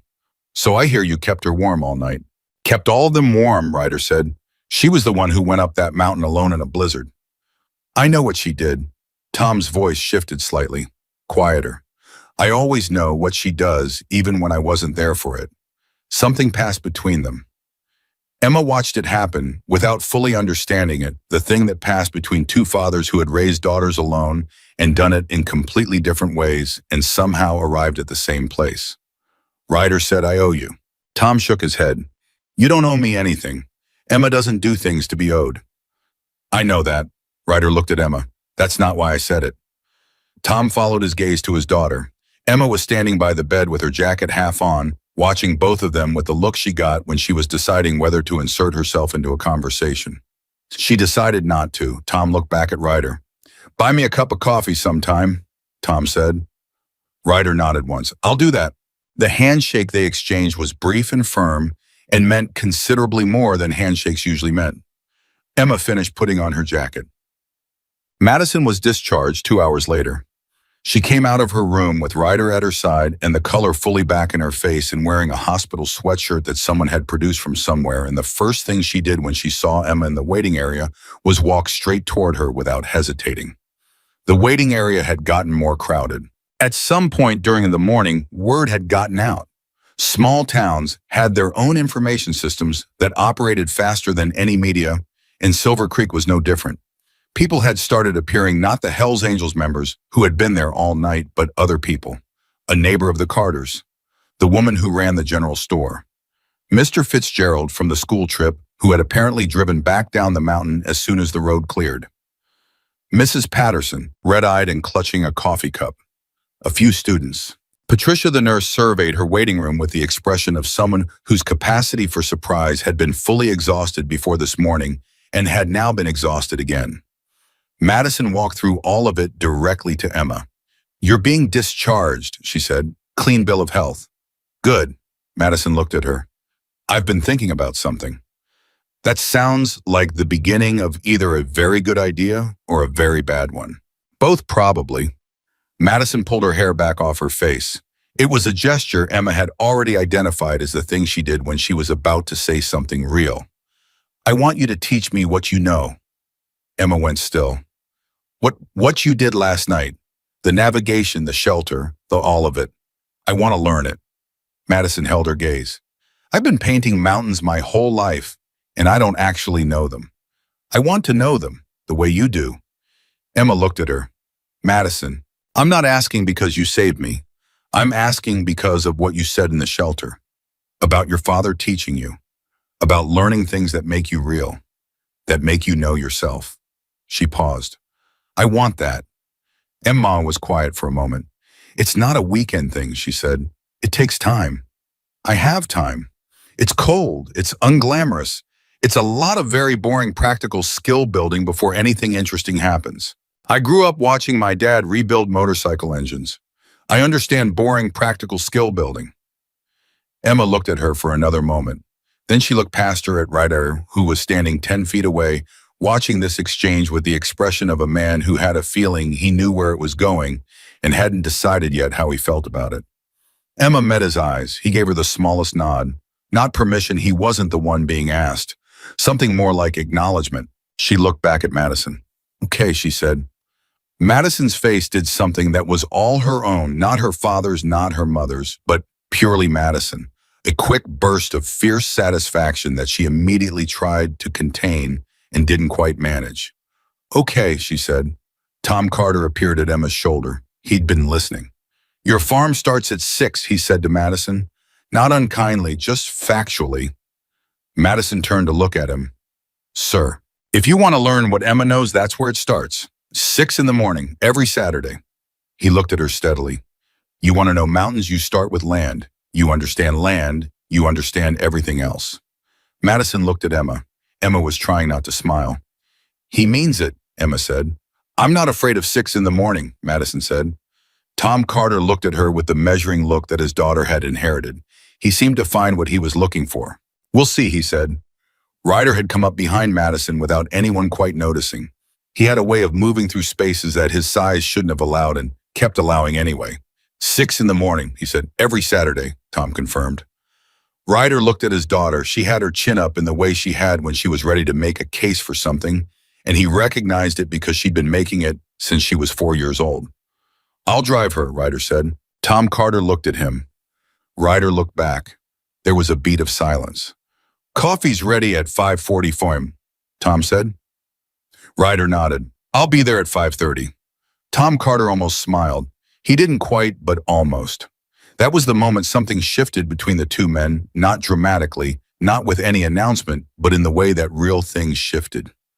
Quietly, irreversibly, like weight redistributing. Emma watched it happen and thought about what Madison had said in the shelter about her father being scared of losing her. She thought about what it looked like from the outside when a man who had built his whole life around protecting one person slowly, carefully began to let other people into the perimeter. She thought about her own father, who had spent 7 years running a farm with a daughter who kept doing things that scared him and had never once told her to stop. She thought some men build walls and some men build doors. Both of them think they're protecting something. The ones who build doors are right. Ryder's hand came to rest on Madison's shoulder. She leaned against him slightly, that automatic gravitational pull of a daughter toward her father. "Ready to go home," he said. "Yeah," she said. "I'm really ready to go home." He looked at Emma once more.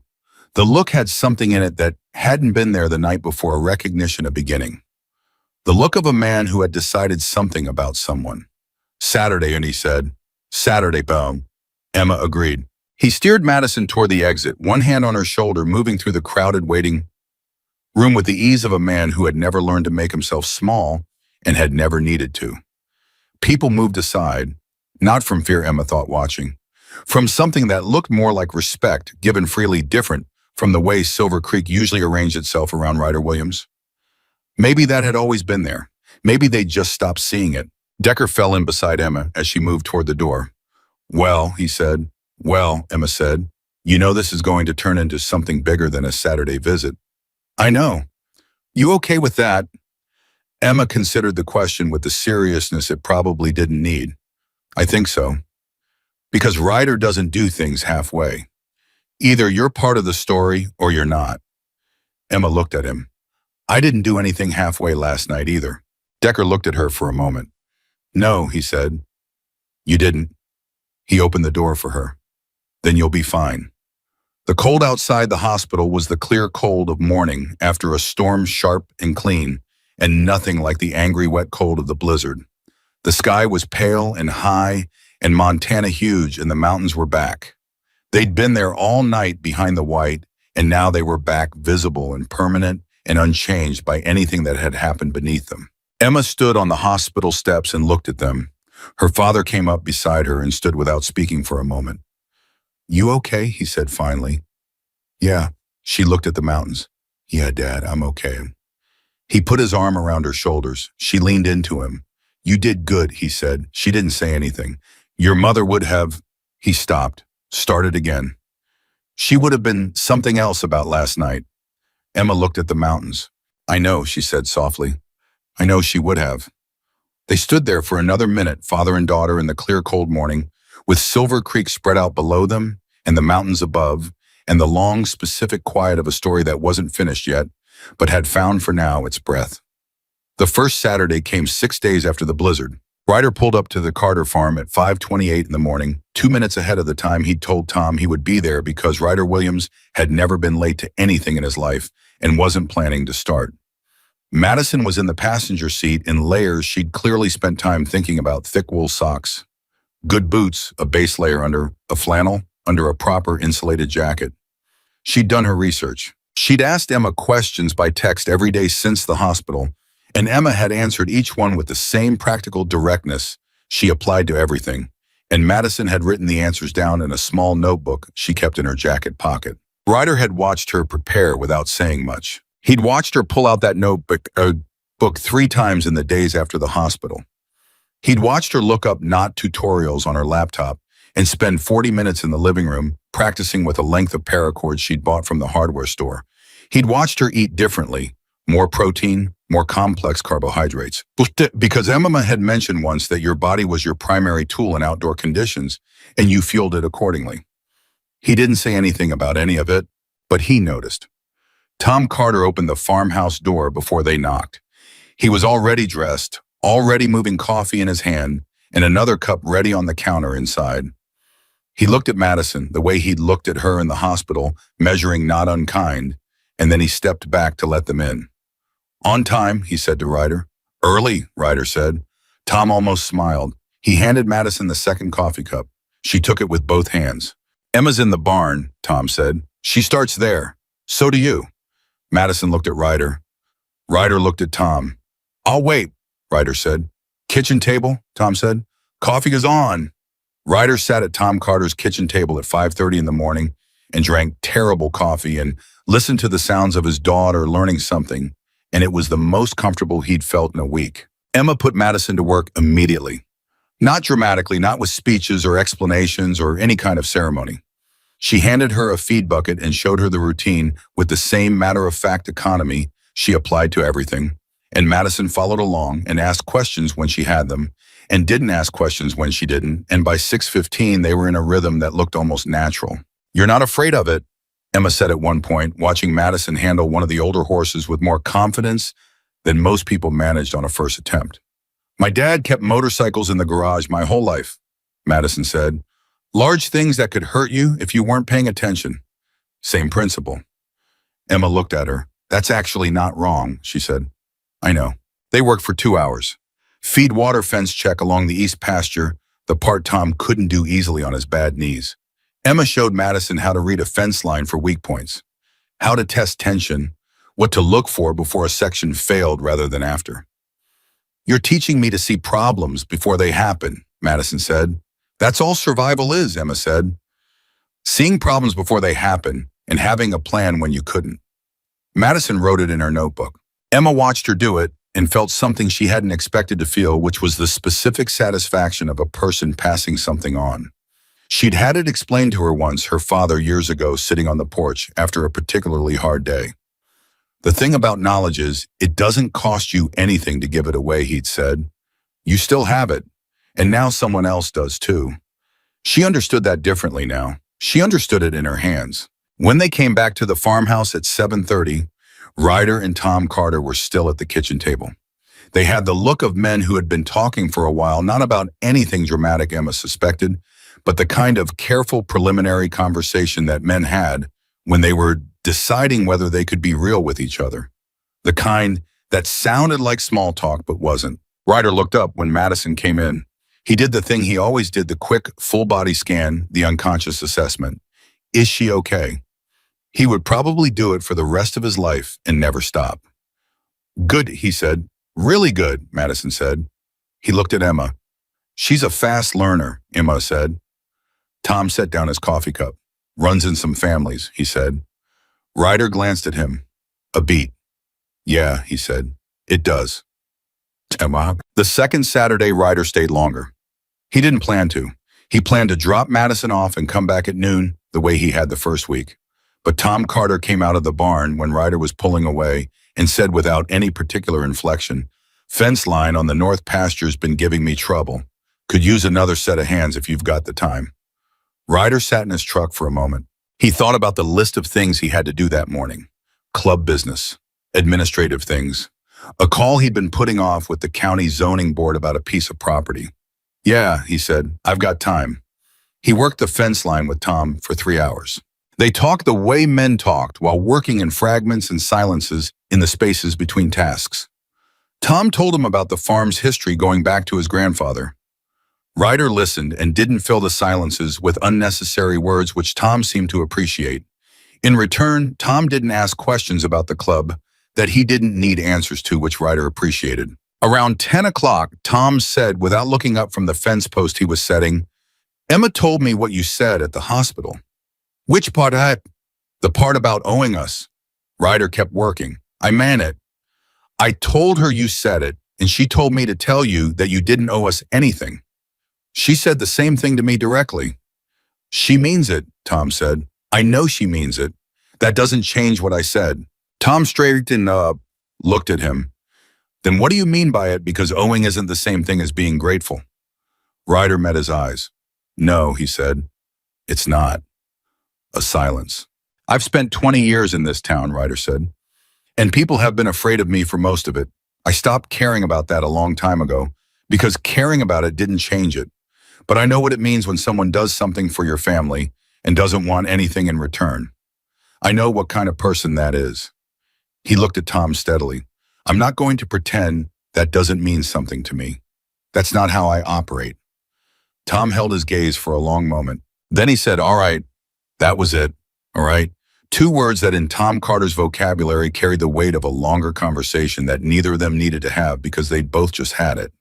They went back to work. By the time the fence line was done, it was almost noon. Emma had brought Madison out to see the finished section because she was teaching her to evaluate completed work as rigorously as planned work, and Madison crouched down to check the tension, the way Emma had shown her testing each point, and gave a small, satisfied nod when it held. Ryder watched her do that. He'd watched her do 100 things in her 17 years. But there was something about this particular moment, his daughter crouching by a fence post on a Montana farm at noon on a Saturday, checking her work with serious eyes that got somewhere in his chest where most things didn't reach. She looked up and saw him watching. "Good," she said. "Real good," he said. Emma glanced between them. She had the expression she sometimes got observant, a little private, of someone who was seeing something and filing it carefully. "Lunch," Tom said from behind them. It was the fourth Saturday when everything changed. Not dramatically, not with any warning. Tom Carter fell in the barn. It wasn't a serious fall, a patch of ice near the water trough, his bad knees going out under him, in a way they'd been threatening to do all winter, and he went down hard on his side and lay there for a moment, taking stock of whether anything was broken. Nothing was, but when he tried to get up, his right knee locked in a way it hadn't locked before, and he sat on the cold barn floor for several minutes being genuinely honest with himself about the situation. Emma found him 10 minutes later. She didn't panic. She crouched beside him and put her hands on his knee with the focused calmness she put into everything, and asked him questions in a voice that was steady on the outside, but that Ryder, appearing in the barn doorway 30 seconds behind her, recognized as the voice of someone keeping themselves steady by force of will. "What happened?" "Slipped." "How long have you been down?" 10 minutes, maybe." "Can you straighten it?" Tom tried, his jaw tightened. "Mostly." "Okay, don't force it." She looked at him. "Dad, how long has the knee been doing this?" A pause. "A while," Tom said.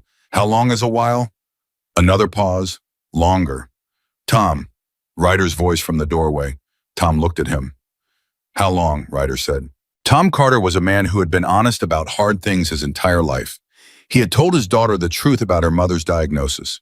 He had told his banker the truth about the farm's finances. He had never been a man who lied about the important things, even when the truth was something he didn't want to say. "About 6 months," he said. Emma went very still. "6 months," she said. "It's been manageable." "Dad, it's been manageable," he said again. And there was something in his voice that wasn't defensiveness, but was close to it, the sound of a person who had been managing something alone because the alternative was worrying the people they loved, and who had known for a while that the management wasn't sustainable. Emma sat back on her heels. She looked at her father with the look that was specific to adult children who have realized for the first time in a real and immediate way that their parent had been hiding a decline. It was not a comfortable look. It was the look of someone's world quietly rearranging itself. Madison was in the barn doorway now, behind Ryder, having heard the commotion. She looked at Emma. Emma didn't look back. She was looking at her father. "You should have told me," Emma said. "You had enough." "No." Her voice was quiet and absolute. "No, Dad. There is no version of 'I had enough' that means you lie to me about your health for 6 months. Tom held her gaze. He had the look of a man who knew he lost the argument before it started and had lost it fairly. "I know," he said. "We need to get you to a doctor." "It's a knee. We need to get you to a doctor," Emma said again in the exact same tone, which was the tone that meant this was not a discussion. Ryder moved into the barn. He crouched down on Tom's other side and put his hand under Tom's arm without asking for permission. Tom looked at him. Ryder met his eyes. "Can you stand?" "Yeah." "Then let's get you up." They got him up, slowly and without drama. Tom's weight came onto the bad knee, and he controlled his expression, but not completely. Ryder felt the tension move through the man's arm, and then they had him standing, and Emma was already moving, already getting the truck. Madison came up beside Ryder. She said very quietly, "Is he going to be okay?" Ryder looked at her. "Yeah," he said. "He's going to be okay." She studied his face. She'd been studying his face her whole life, and she knew the difference between what he said because he believed it and what he said because he needed it to be true. This was the second kind. She didn't say so. She went to help Emma. The doctor's diagnosis was both better and worse than Emma had feared. The knee needed surgery, not emergency surgery, but real surgery, the kind that involved a 4 to 6 week recovery and physical therapy, and a post-recovery period of reduced physical activity that on a 60-acre working farm was essentially impossible without help. The doctor laid it out in the calm, professional manner of someone delivering information they expected to cause distress and who was prepared to sit with that distress. Emma listened to all of it with her hands folded in her lap and her face still. Tom sat beside her and said very little. When the doctor left them for a moment, Tom said, "We'll figure it out." "I know we will," Emma said. "You can't do the whole farm alone." "I know. We could look at temporary hired." "Dad," she looked at him, "we don't have money for temporary hired hands. We've both known that for a while." Tom looked at his own hands. He had the look of a man sitting with a truth he'd been outrunning for some time. "The bank's been patient," he said. "Banks run out of patience." "Emma, I'm not saying it to scare you. I'm saying it because we have to look at it straight." She covered his hand with hers. "We always look at things straight. That's us." He turned his hand over and held hers. "That's us," he agreed quietly. They sat in the doctor's office in the particular silence of two people who had been honest with each other about a hard thing and were now sitting inside the hardness of it. Then Tom said, "We don't have to solve it today." "No," Emma said. "We don't." But they both knew it was coming, and they both knew, though neither said it, that the math didn't work the way they needed it to. What happened next was not something Emma had planned for or expected or would have asked for under any circumstances. It happened the following week on a Thursday morning when Ryder Williams showed up at the Carter farm alone. Not on a Saturday, not with Madison, just Ryder, his truck, and a thermos of coffee that was considerably better than the coffee Emma had been giving him, which told her he'd actually bought decent beans somewhere, which told her this visit was deliberate. Emma was mending tack in the barn when she heard the truck. She came out and he was already standing by the fence looking at the north pasture with the appraising look of a man who understood property and what it took to maintain it. "Ryder," she said. He turned. "Emma." She waited. He was a man who said things when he was ready to say them and not before, and she'd learned that about him. So she waited while he looked at the pasture and organized whatever it was he'd come to say. "The farm's in trouble," he said. It wasn't a question. "Where did you hear that?" she said carefully. "Decker's cousin works at the county bank." He looked at her. "I'm not bringing it up to embarrass you or your father. I'm bringing it up because I need to say something, and I'd rather say it without you thinking I didn't know the situation." Emma held his gaze. "Okay." He turned back to the pasture. "Your father's surgery is next month. He'll be off his feet for 6 weeks minimum. You can't run 60 acres alone. You don't have the capital to hire hands, and you don't have the collateral to extend the loan." He said it plainly, just facts. The way Emma herself spoke about hard things. "That's the situation." "That's the situation," she agreed. "I want to help." She opened her mouth. "Before you say you don't need it," he said, "let me finish." She closed her mouth. He turned to look at her directly. "My club has 16 active members and a dozen associates who work with us. Between them, they have carpenters, mechanics, 2 former farmers, a man who spent 8 years doing agricultural supply, logistics, and more manpower than I know what to do with on a Thursday morning. They're not coming here as charity. They're coming because your father's daughter saved my daughter, and that's a debt that I cannot pay and cannot ignore. And I will not insult either one of you by pretending I don't feel it." He paused. "And because your father gave Madison something on a Saturday morning that she's been carrying since, the idea that she can learn things that matter. That's worth something that I don't have a dollar figure for." Emma was quiet for a long moment. She thought about what she'd said to Madison in the shelter about being the person who moved when no one else did. She thought about her father's face in the hospital. She thought about the math that didn't work and the bank that was running out of patience and the 60 acres that she could not carry alone. She thought about pride. She thought about what pride cost and what it bought. "What exactly are you proposing?" she said. He reached into his jacket pocket and pulled out a piece of paper, folded twice. He held it out to her. She took it. She unfolded it. It was a list, handwritten, itemized with the specific practicality of a man who had run an organization for 15 years and understood logistics, fence repairs, equipment maintenance, a timeline for the weeks of Tom's recovery, names next to tasks, specific skills matched to specific needs. At the bottom, in different handwriting, neater, more careful, was a number. She looked at it. She looked up at Ryder. "That's the bank loan amount," she said. "Yes." "Ryder, it's not charity," he said. "It's a loan from me to your father. No interest, paid back when the farm is on its feet. If it takes 2 years, it takes 2 years. If it takes 5, it takes..." His voice was level. I'm not doing this to own anything or owe anything. I'm doing this because it's right, and because I can, and because in my life I've met about 6 people who I would call genuinely good, and your father is one of them, and you're another. Emma looked down at the paper. She thought about her mother who had died and left a hole in this farm and this family that they'd been building around for 7 years.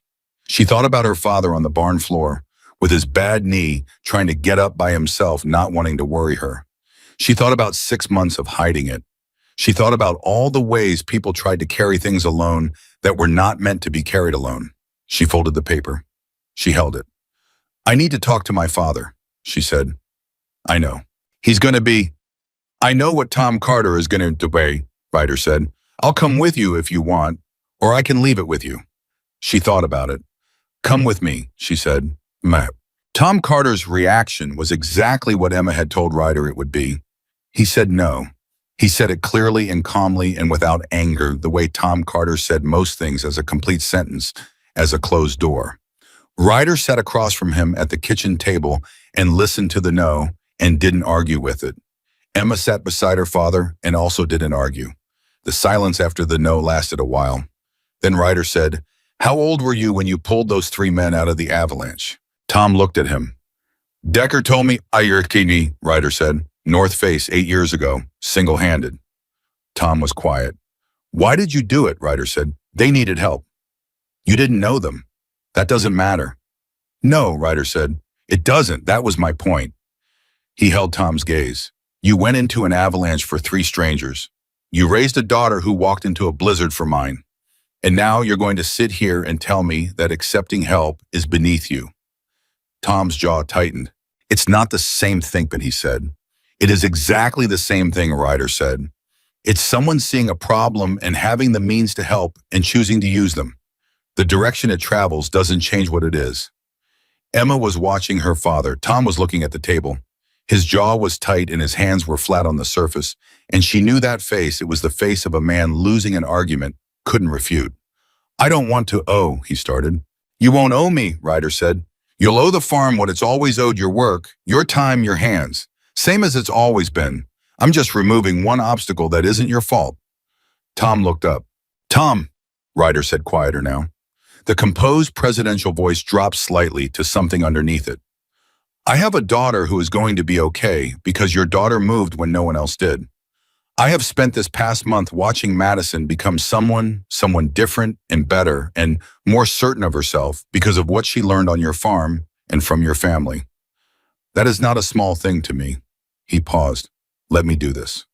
The silence was different from the first one. Emma reached over and put her hand on her father's arm. He looked at her. She didn't say anything. She just met his eyes with the steady look she'd inherited from him, the one that said, I know this is hard, and I'm here. Tom covered her hand with his. He looked back at Ryder. 2 years, he said. We settle it in 2 years.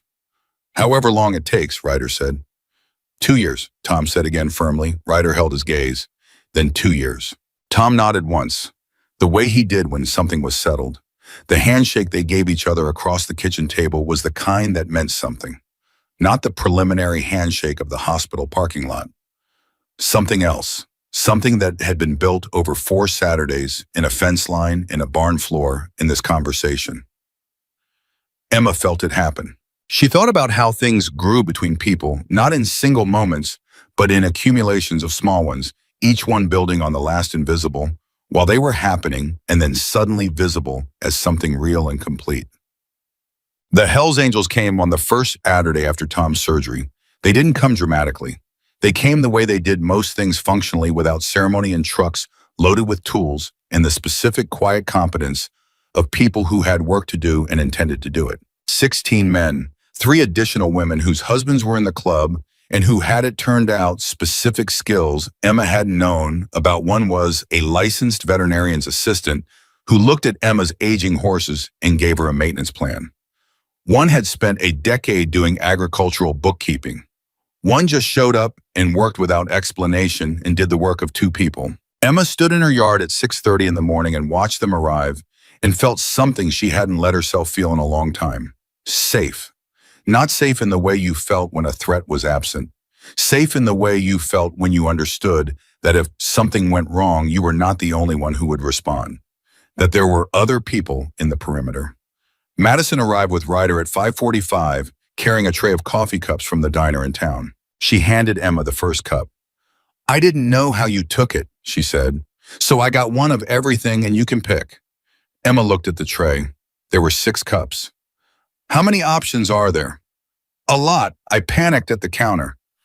Emma picked the one that was black. Madison looked at her.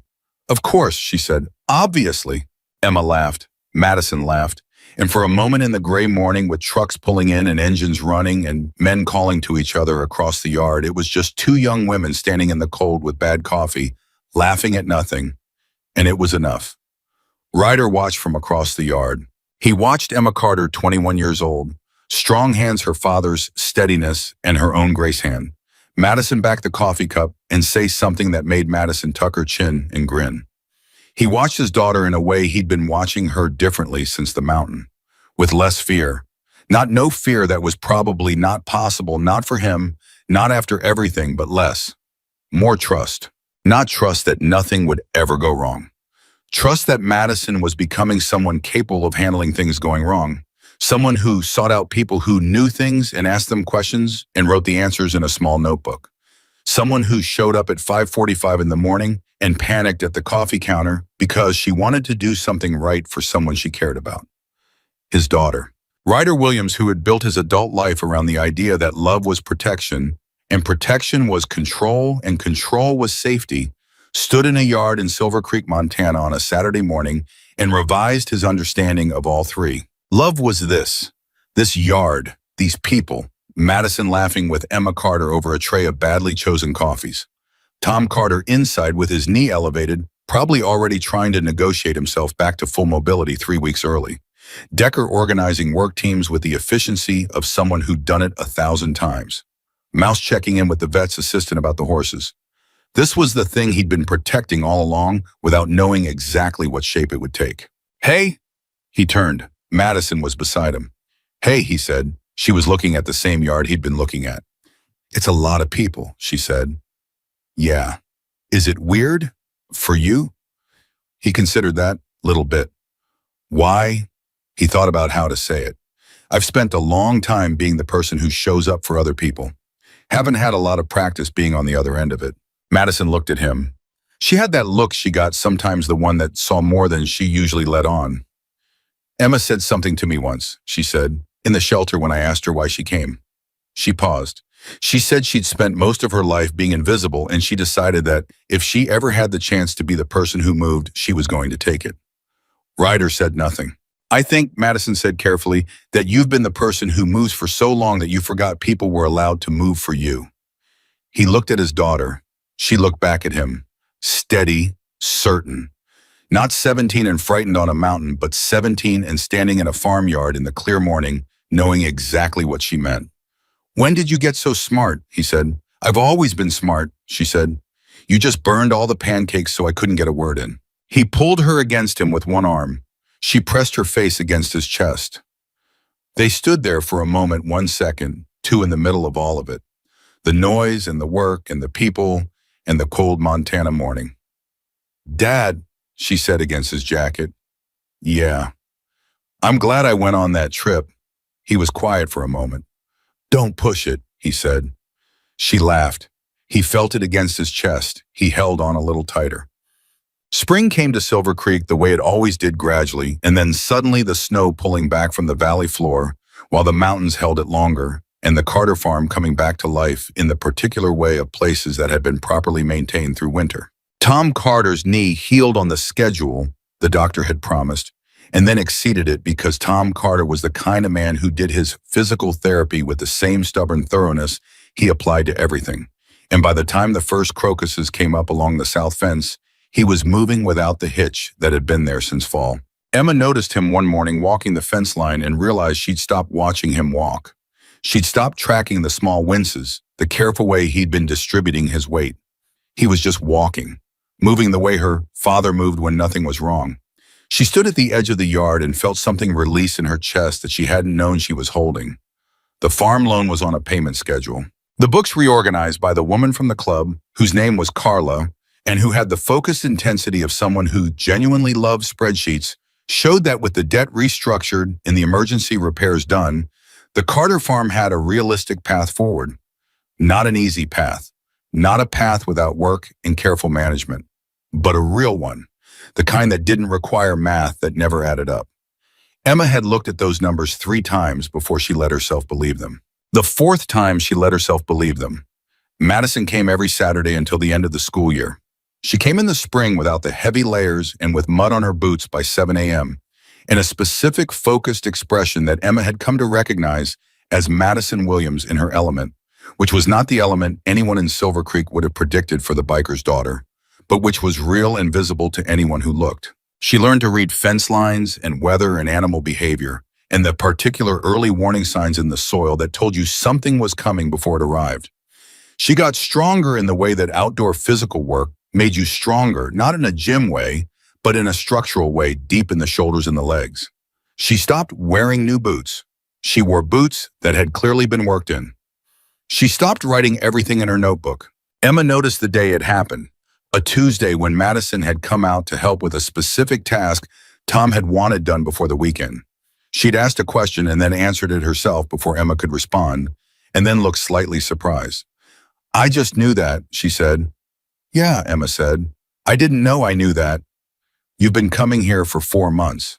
Madison looked at her hands, at the gloves she was wearing, practical, worn the right kind. "I know different things than I used to know. That's how it works." "Is there a point when you stop feeling like you're learning and start feeling like you know?"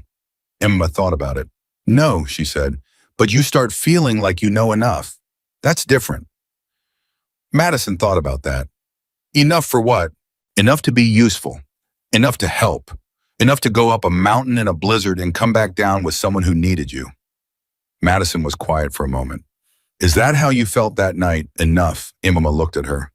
"I felt terrified," she said, "and I went anyway. That's the whole lesson, Madison. That's the only thing I was teaching you from the beginning." Madison held her gaze. "Feel it and go anyway," she said. "Feel it and go anyway." Emma agreed. The Hells Angels 4th of July party had been a Silver Creek tradition for 11 years. Emma had never been to it. She'd heard it from a distance sometimes, down in the valley, the music and the noise of it drifting through the summer air. She'd thought of it as belonging to a world she had no particular intersection with. Ryder called her on a Tuesday in late June. He said, "The party's the 4th. I'd like you and Tom to come." Emma said, "The farm doesn't." "Emma," she stopped. "Come to the party," and he said, a pause. "Okay," she said. She told her father.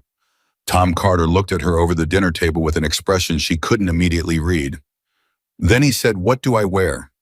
She stared at him. "What, to the party? What do I wear?" "Dad, I'm 61, not dead. What do I wear?" She laughed so hard she had to put down her fork. They went. Tom wore his good flannel and his cleanest jeans and looked completely like himself, which turned out to be exactly right, because the Hells Angels 4th of July party was not what most people in Silver Creek imagined. It was loud, and it had motorcycles, and it had the particular energy of a large group of people who genuinely liked each other. And it also had folding tables with actual home-cooked food and children running around, and Jimbo operating a grill with the serious concentration of someone who had decided this was his life's calling. Madison found Emma within 3 minutes of arrival. She was wearing a dress, something Emma hadn't seen on her before, a simple summer dress that managed to be completely Madison and also completely different from the flannel and layers version Emma was used to. She looked easy in it, like herself in a new key. "You came," she said. "Your dad called me directly. I didn't feel like I could say no." "You can't say no to him. Nobody can. He sounds reasonable, but he's actually completely immovable." Madison linked her arm through Emma's with the easy comfort she'd developed over months of Saturday mornings. "Come meet some people." Emma met people. She met the women she'd worked beside in November with more context now, with their names and their lives and the specific textures of who they were outside of a crisis. She met members of the club she hadn't spoken to before. She met Decker's wife, who was funny and direct, and asked Emma 3 sharp questions about the farm before clearly deciding she approved. She met Mouse's girlfriend, who was studying nursing and had strong opinions about hypothermia treatment protocols, and wanted Emma's first-hand account with the focus of someone conducting research. She met Silver Creek differently than she'd known it before. Late in the evening, she found herself standing beside Ryder at the edge of the yard, both of them slightly apart from the noise, watching Madison in the middle of a group of people her age. Club kids. Some of them, the children and younger siblings of members, animated and laughing, gesturing with her hands the way she did when she was telling a story she cared about. "She's going to be okay," Emma said. It came out before she'd fully decided to say it. Ryder looked at her. "She's going to be more than okay," Emma said. "She's going to be remarkable. She already is." He was quiet for a moment. "I know," he said. "I wanted to tell you directly, because I think sometimes the people who love someone most are the last ones to see it clearly. Too close." She looked at him. "She knows who she is. That's the rarest thing. And you gave her that all those years of just being her father. The pancakes and the treehouse and all of it." She paused. That's where she came from. Ryder looked at his daughter. The expression on his face was not composed, not controlled, not the face of the president of anything. It was just a father. "Thank you," he said, and the words cost him nothing this time. They came out clear and direct, like something that had been waiting for the right moment and had finally found it. "Thank you," Emma said back. They stood in the summer evening while Silver Creek made noise around them, and the mountains above the town held the last light of the day the way they always did, and the story that had started in a blizzard in November settled into something that was no longer a story about one night on a mountain. It was a story about what that night had opened, what it had made possible, what happened when people stopped seeing each other the way they expected to and started seeing each other the way they actually were. Tom Carter was across the yard telling a story that had Decker laughing hard enough to spill his drink, which was not something Emma had ever expected to witness, and which she intended to ask him about later. Madison caught Emma's eye from across the space between them and grinned the grin that was all her own, fierce and warm, and Emma grinned back. She thought about the farm in the morning light, her father walking the fence line without a hitch in his step, the books that finally told a story that didn't end in loss. She thought about a girl she'd found under a fallen tree in the snow, half gone, and asking why anyone had come. She thought about what she'd said, because nobody should have to disappear alone. She hadn't known when she said it that she was also saying it about herself, about all the years of being the invisible girl in the worn boots who existed at the edge of things and never quite inside them. She hadn't known that the night she walked into that blizzard was also the night she walked out of the life where she disappeared. She knew it now. In Silver Creek, Montana, on a warm July evening, surrounded by people who had chosen each other across every difference that was supposed to keep them apart, Emma Carter understood what her father had been trying to teach her since the beginning. Not just how to survive, not just how to navigate or read weather or build shelter in the dark, how to let people in, how to be found. That was the lesson the mountain had given both of them. Emma and Madison, the farm girl, and the biker's daughter, the girl nobody saw, and the girl everyone saw wrong on the night the storm tried to take everything. The mountain had tried, they had not let it. And what remained on the other side of that night and the months that followed it was something neither of them had planned, and both of them had needed a life larger than the one they'd started, with full of people who saw them clearly and stayed anyway, built not from blood or luck or geography, but from the oldest and most reliable foundation there is. The choice to show up, the choice to move when everyone else waited, the choice to walk into the storm for someone you didn't yet know, because the knowing could come later and the moving had to happen now. That choice had saved Madison Williams's life on a November night on Black Wolf Mountain. And it had saved Emma Carter's too, not from the cold, but from the quieter and more permanent danger of spending a whole life being invisible to the people who were standing right beside her. Neither of them was invisible anymore. And neither of them ever would be again.